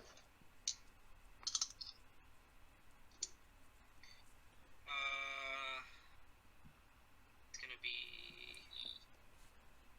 Does a 16 hit? 16 hits. Okay, so all 3 are higher than 16. Nice. So that's going to be 2, 4, 66. 1, 2, 3, 4, 5, 6. Plus my D8 for my focus. Oh, that's going to be a lot of health damage. Go nuts. Go crazy. Go stupid. Oh, God, that was so awful. Hold up, Ben. I can cash in my inspiration for his damage roll, right? Or is Yeah, it yeah. not? You can reroll the lowest of his die if that's what you're going for. You want that? Sure, because I rolled a shitload of ones. Go nuts, dude. So it would be one of the ones, yeah. And it was a 2. Fuck me. Better than one. Increasing damage output. Plus 2, plus 3, plus 6. That's going to be 16 fire damage. Okay. And then I will bonus action Force Ballista. Oh. Nice. So you just wave your hands, just whirling this just... Wait, never mind, it's not even waving your hands. Basically just pull out this gun and just shoot 3 successive beams of fire at it. Yeah. 14. 14 does not hit. Dude, I cannot hit with this Force Ballista. Okay, that will be... If I can get behind some cover, I'll do that with my movement. Yeah, you can just kind of hide in the doorway. Okay. I'm like human cover. Oh, fuck. Ibrahim, you're up. Shit. I rolled 3 1s and like 2 2s. Sorry, Ben. Whose turn is it? It's, I'm forgetting his character name, and it's bothering me. I know it starts with a G. Gildry? Gildry, that's it. Yes. I was thinking All right. Giuseppe. My turn. Yes. Okay. Well, let's go crazy, go stupid. You are 55 feet from the 55 traitor. feet from him. Yeah. Damn, that's a lot of feet. I'm gonna. I guess I'll use my action to dash then, Okay. and I'll get like within 10 feet of him. Got it. Yeah. And then that's my turn. Got it. Turgle, you're up. Okay. So I'm within 10 feet of the king. I keep saying king. I don't even know. He could be a chief. He could be a prime minister. I don't know. I used king because you used king. It's You fine. think king? Okay. I'm going to cast Sanctuary on the king. Okay. Oh, damn. He's actually a sheik, by the way. Cheek? Okay. So I'm going to cast Sanctuary, which Okay. means... I'm sure you're already familiar, but I'm going to say Yep. it for somebody else. Yep. I've now warded him against attack, Yeah. which means that until the spell ends, any creature who targets him with an attack has to make a wisdom save, and if they fail, they can't hit him. Yes, but that's if he doesn't attack them. Yeah, touche. But it's a bonus action, so, Fair enough. I may as well. Yeah. And I'm going to lay on hands myself up Yeah. to... I'm going to lay on hands myself up to 37. So Nice. I'm out of lay on hands. Just max.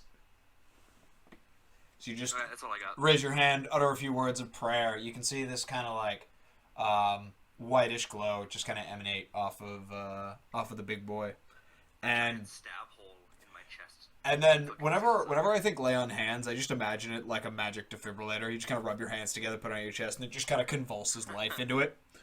I've always imagined it sort of as cliche healing magic, where you put your hand against the wound and your hand glows and it seals up. Yeah. Oh yeah, that's good, and that's the classic. I just prefer the defib. It is pretty funny.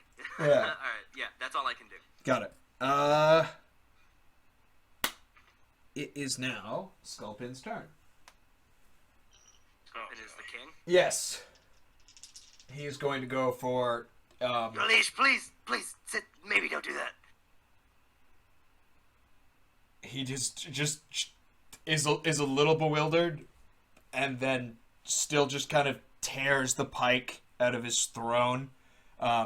This pike is a black color, and it has several like skulls jammed onto it like a shish kebab, and he just kind of holds it, readying, giving your words of warning. All right. So the goblins that are watching the whole thing just kind of descend upon each other. Nice. They just don't know what's going on, so they just start like pulling out strange daggers and things and just stabbing each other. Gentlemen, you're supposed to be an example to your race. They aren't saying anything comprehensible. They're just screaming and stabbing each other. This is what the man wants you to do. Alright, it's his turn. It's time. It is the trader's turn. On you and the group of goblins, a swirling mass of 5 feet deep water appears in a 30. Basically, just covers the whole floor. Everywhere but the steps leading up to the throne just becomes this swirling mass of water. It's just this torrent just pulling everything not tied down towards the center. Doesn't actually activate until the beginning of your turns. Odo, you're up. Okay, so that is. Am I anywhere near that? Getting pulled into that thing? No, you are at the doorway. You're fine. Okay, we're gonna try this again, and we're gonna cast Scorching Ray on the trader. Got it. Go for it. Come on. That's gonna be 3. Are you fucking kidding me?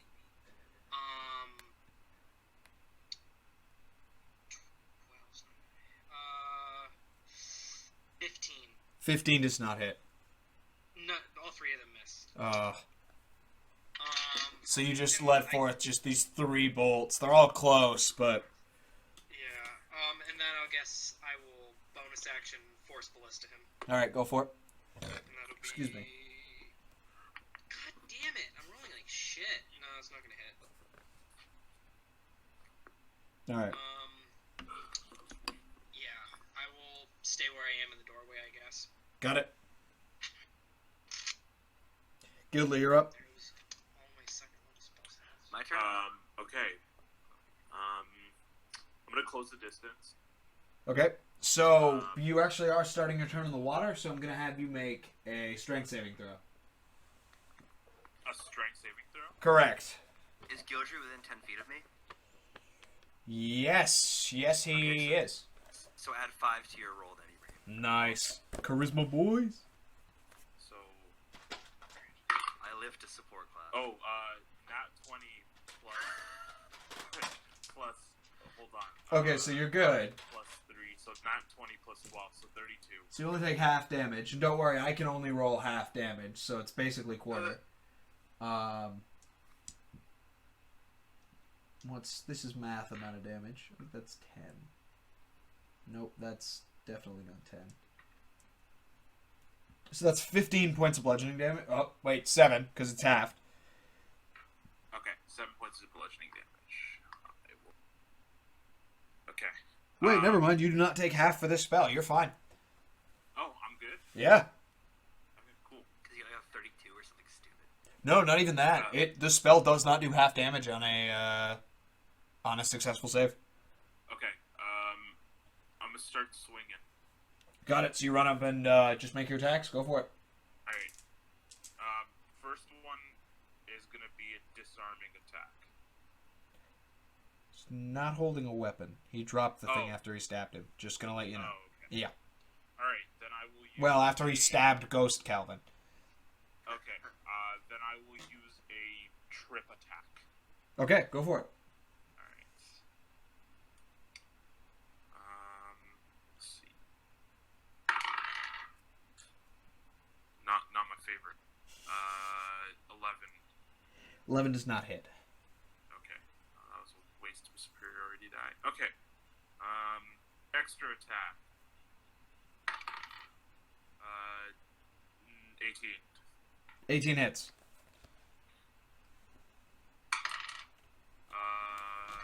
11 damage. Okay. And then I gotta make the this is my offhand save. attack. Go for it. Yeah, he maintains the Whirling's water. So that's a 19. 19 hits. That's a 7. Yeah, that's still good. Okay. Alright. Yeah, that's my turn. Got it. That's... Alright, so Turgo, you're up. I need you to make me a strength saving throw. Goblin time. Sure. 20? Give him okay. 20's good. You're good. Sick. I'm unstoppable and I never punish. I'm just going to, as my action, Yep. cast Bless, targeting myself, Otto, and Gildry. Is Sanctuary concentration? Nice. It's not concentration, actually. Nice. Yeah, so this is concentration, though, so I will have to Got it. keep that in mind. But, yeah, so now you guys, whenever you make an attack or a save, you roll a d4 and add that much. Yeah. Oh, nice. And then I will pass turn. Nice. Okay, so it is his turn. He's once again just holding his pike, just kind of ready in case something happens. Just checking something on Sanctuary. Okay, yeah, that's harmful spell. Got it. All right, so he's gotta make the. What's your spell save? Should be 16, let me double check. Okay. 16, yeah. Oh, I just gotta roll these first. So 2 of the goblins in the water are unaffected. And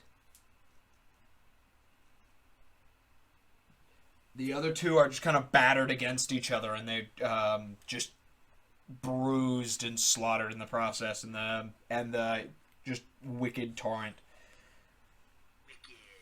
Wicked! Alright, so that's... You said 16? 16, yeah. So we passed it. Oh, and that's a natural 1. It's a good thing I don't do spell crits. So that's 5d10. This isn't... Oh, Mind of Prison is concentration. So the water fades in the center.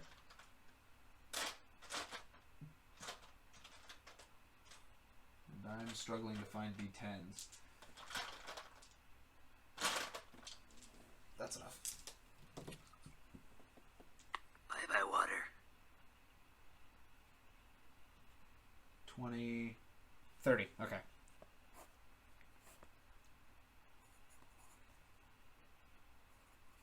Okay. So, the trader just kind of gestures to the ground around the leader and makes this dramatic raising gesture.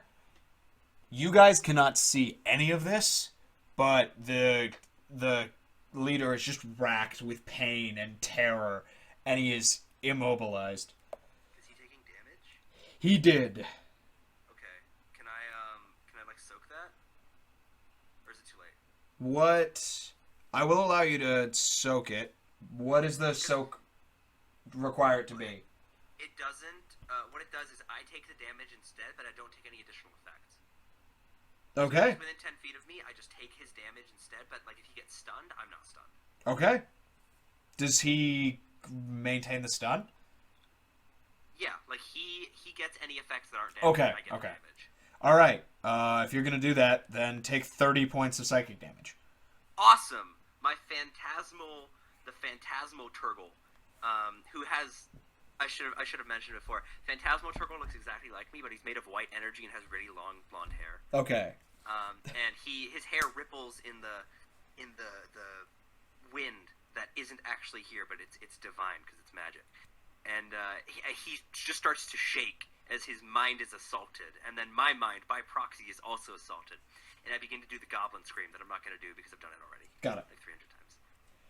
And Take fucking most of my hit points and damage. after he does that, he just kind of gestures at the nearby wall and appears to try to pull something from it. And this strange shape, almost like a cookie being separated by a cookie cutter, is starting to come out of the wall. Okay. And That. it's Odo's turn. So remember, you get a D4 on all your attack rolls. Yeah. And saving throws and ability checks. Bless is I guess amazing. I'm just gonna keep trying to land this. Oh wow, convenient. I opened the monster manual to exactly the page I needed. So I'm gonna, I guess, Ray of Frost the traitor, Got it. Go for it. and that's I add a D4. Yep. Yes, sir. Oh, that was so close. It's a like 20 something. Yeah, that hits. So that's D8, D8, D8.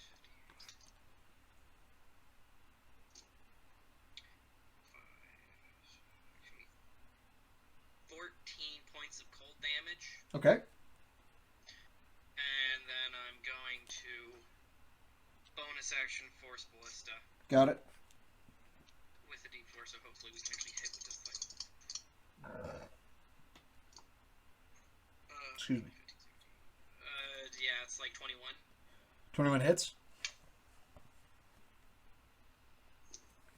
For 9 points of force damage. Nice. Oh, yeah, and that was... That'll end my turn. Yeah, so the mental, anguish and terror that is on the king's face fades as you strike him with this, the bolt of frost, and then just to add That was insult... that was at the traitor. Yes. As you strike the traitor with the... Lost concentration. Yeah, you broke his concentration. Oh, okay, gotcha. Yeah, Gilly's turn. Alright. Whew. I'll attack. I'll use my trip attack again. Okay, Spending another superiority die.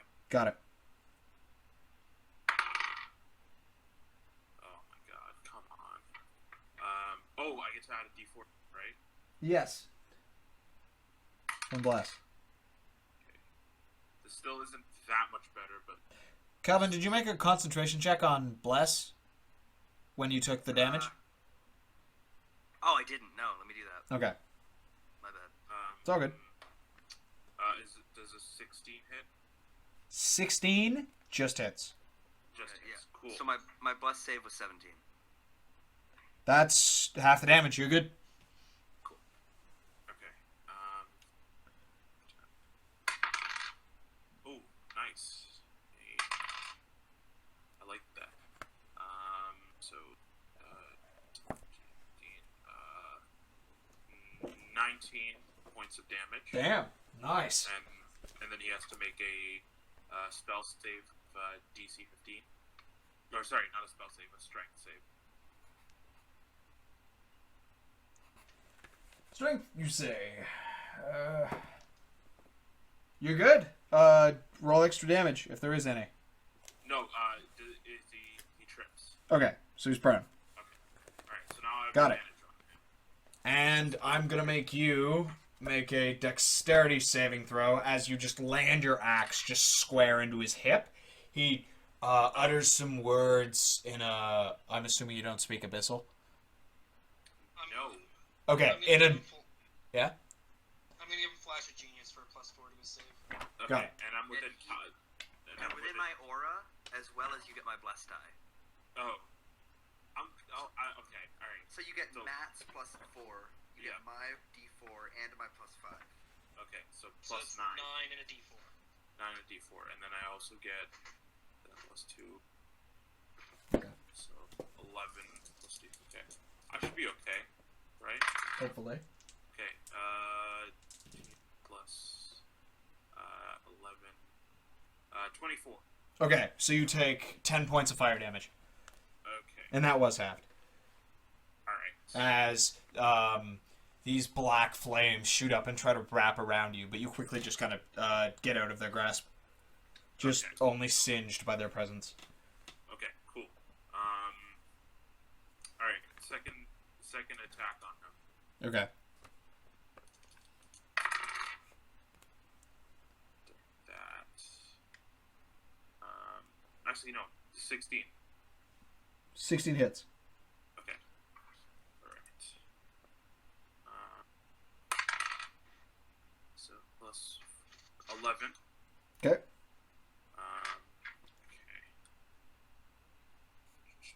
Offhand attack. Alright.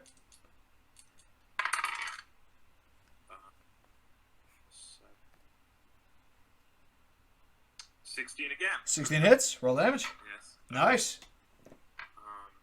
16's apparently my lucky number. It's not his.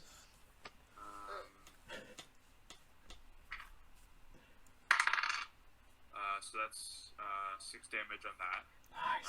And then I'm going to expel my action surge. Oh, nice. Rip him up. 2 more attacks against him. So Gidley just jumps on this man. Literally just axe, hand That's what axe. he's here for, man. Alright, so another 16. What? Yeah. I somehow managed to get a 9 with the D4, the D6, and the D20, I mean. And then, yeah, so that's 16. Yeah. Roll Yeah. 16 damage. No, sorry. Let me roll damage. Okay. So that is 9 damage. And then final attack. That's a 15. 15 does not hit. Yeah. Alright. Turgle, you're up. That's my turn. Turgle, you're up. Hell yeah. Okay. Alright. So what's happening right now? He's just Water's been gone. laid into. Water's gone. Yeah. Water is gone. Prison King is gone. Sanctuaried.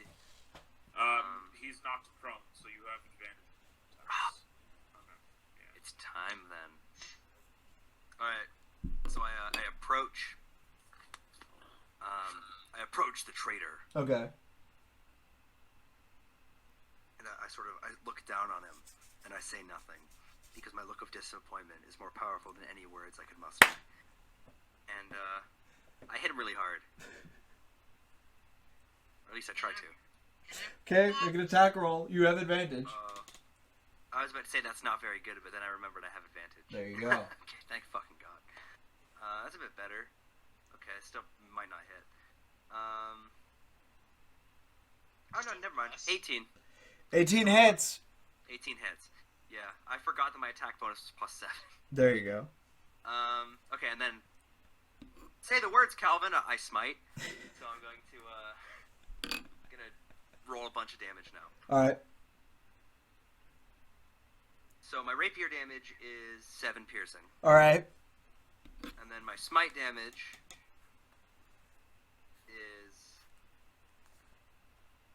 8 radiant. Alright. My first attack.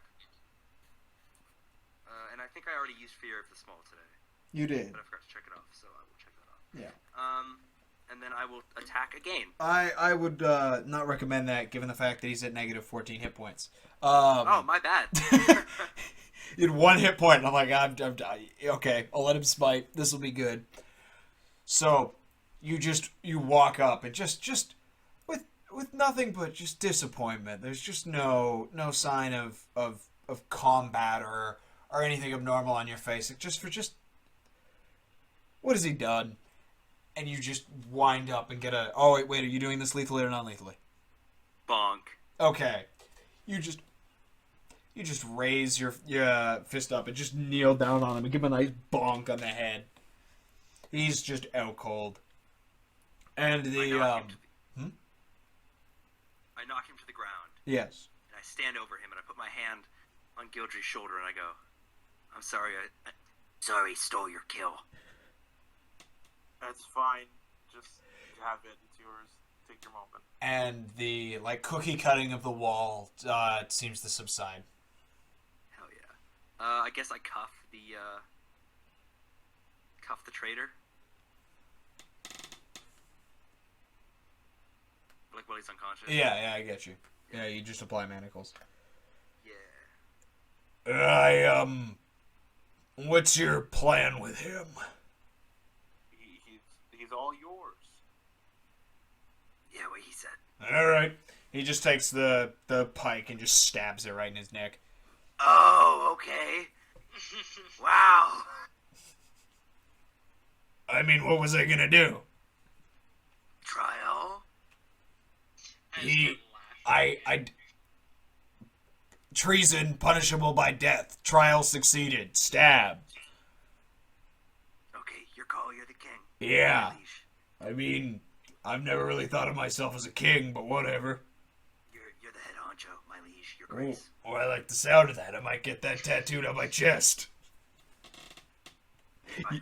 You can see that there's chief, boss, big man, just a bunch of phrases for a superior just on the tattooed on his chest in Goblin. I return to my teammates, my best friends, my brothers in arms, the other 2/3 of the Ben's D&D Avengers, and I say, fellas, mission done? Asking? Question mark? Yeah. I don't think he ever really answered to what you asked him to do. Alright, He kind of just got attacked. No, he did. That's why he got attacked, because he was like, "Yeah, we won't kill them anymore." Fair enough, I guess. I mean, we're still gonna kill a few of them. Just not as many. But alright. Just don't raid the towns and stuff. Well, we never really raided the towns. We only attacked travelers and caravans. Attacking the towns is suicide. Half-Mount's just a bunch of military cucks, and I don't want to deal with that. So Okay, yes, your grace. just do it less, like a lot less, just to sort of scrape by. Alright. Do I believe him? Roll insight.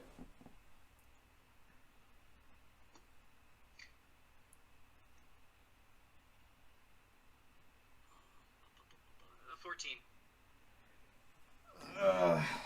Just... Not really.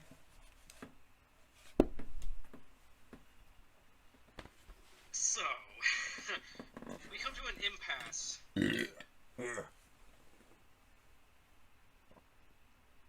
How so? I won't do it, and you guys can leave. Sir, with all due respect. Yeah? If you do continue to do it,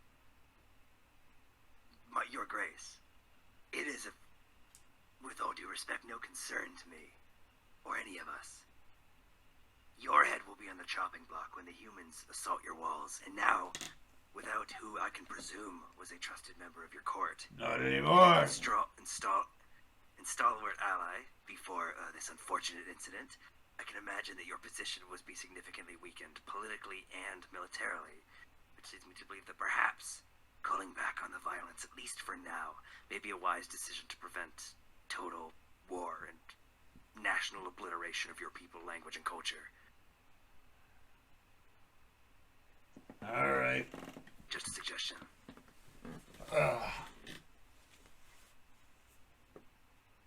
Well, we were employed to stop travel. Your grace, by whom? Some fancy short, he's just kind of pointing at, Gilly. One of them. The plot thickens. Dwarf. A very short man. Give a name? Wait, well, I pull up the crest that I took the rubbing of. Yeah. Smart. Okay. I mean, yeah, he put that on all of the equipment he gave us. Gotcha. Okay. That's a solid lead. Uh, Where were you in contact with this fellow? he just kinda manifested. I don't think I ever actually met him. He didn't give you any bearing to where he's from? No, if you're selling weapons to groups of raiders, are you just gonna use your name and tell the raiders where they can find you? Yeah, I guess. I wish you did. I would've went and found him. I guess we can go back and speak with the higher-ups about what we found here. That's a good idea. Alright, well, have a good one then. Thank you, Your Grace. No problem. So yeah, I guess we will turn around and head out. Alright, yeah, so you guys walk out. Okay, so yeah, I guess we head out and head back for the teleportation circle back to the lodge. Got it, yeah. So you head out back the way you came. Avoid the robed bugbear, who's not really paying any mind. And just walk past the Hell Gumbo kitchen. And arrive at the forest. It's about midday. And that's where we'll call it. Ladies and gentlemen, this is a sincere apology coming from us at Poroscoro and Dombe. This apology is for the lack of quality on this video due to some more audio issues. I've finally cracked it. It's finally under control. We've got all the audio. I had a session earlier today. The audio went fine. That'll be coming up Friday, next Friday. This apology is also for the tardiness of this video. I got something I wasn't expecting to get. I kind of shut it on a whim, and then I ended up with this beautiful new set of tools that I'm using to shape all of the audio. You can really hear the effects of it in the recap of the second session of Rolling in the Deep, if you want to check it out and see how we're improving. And I really wanted this video to be of the same caliber of that one, and it's behind.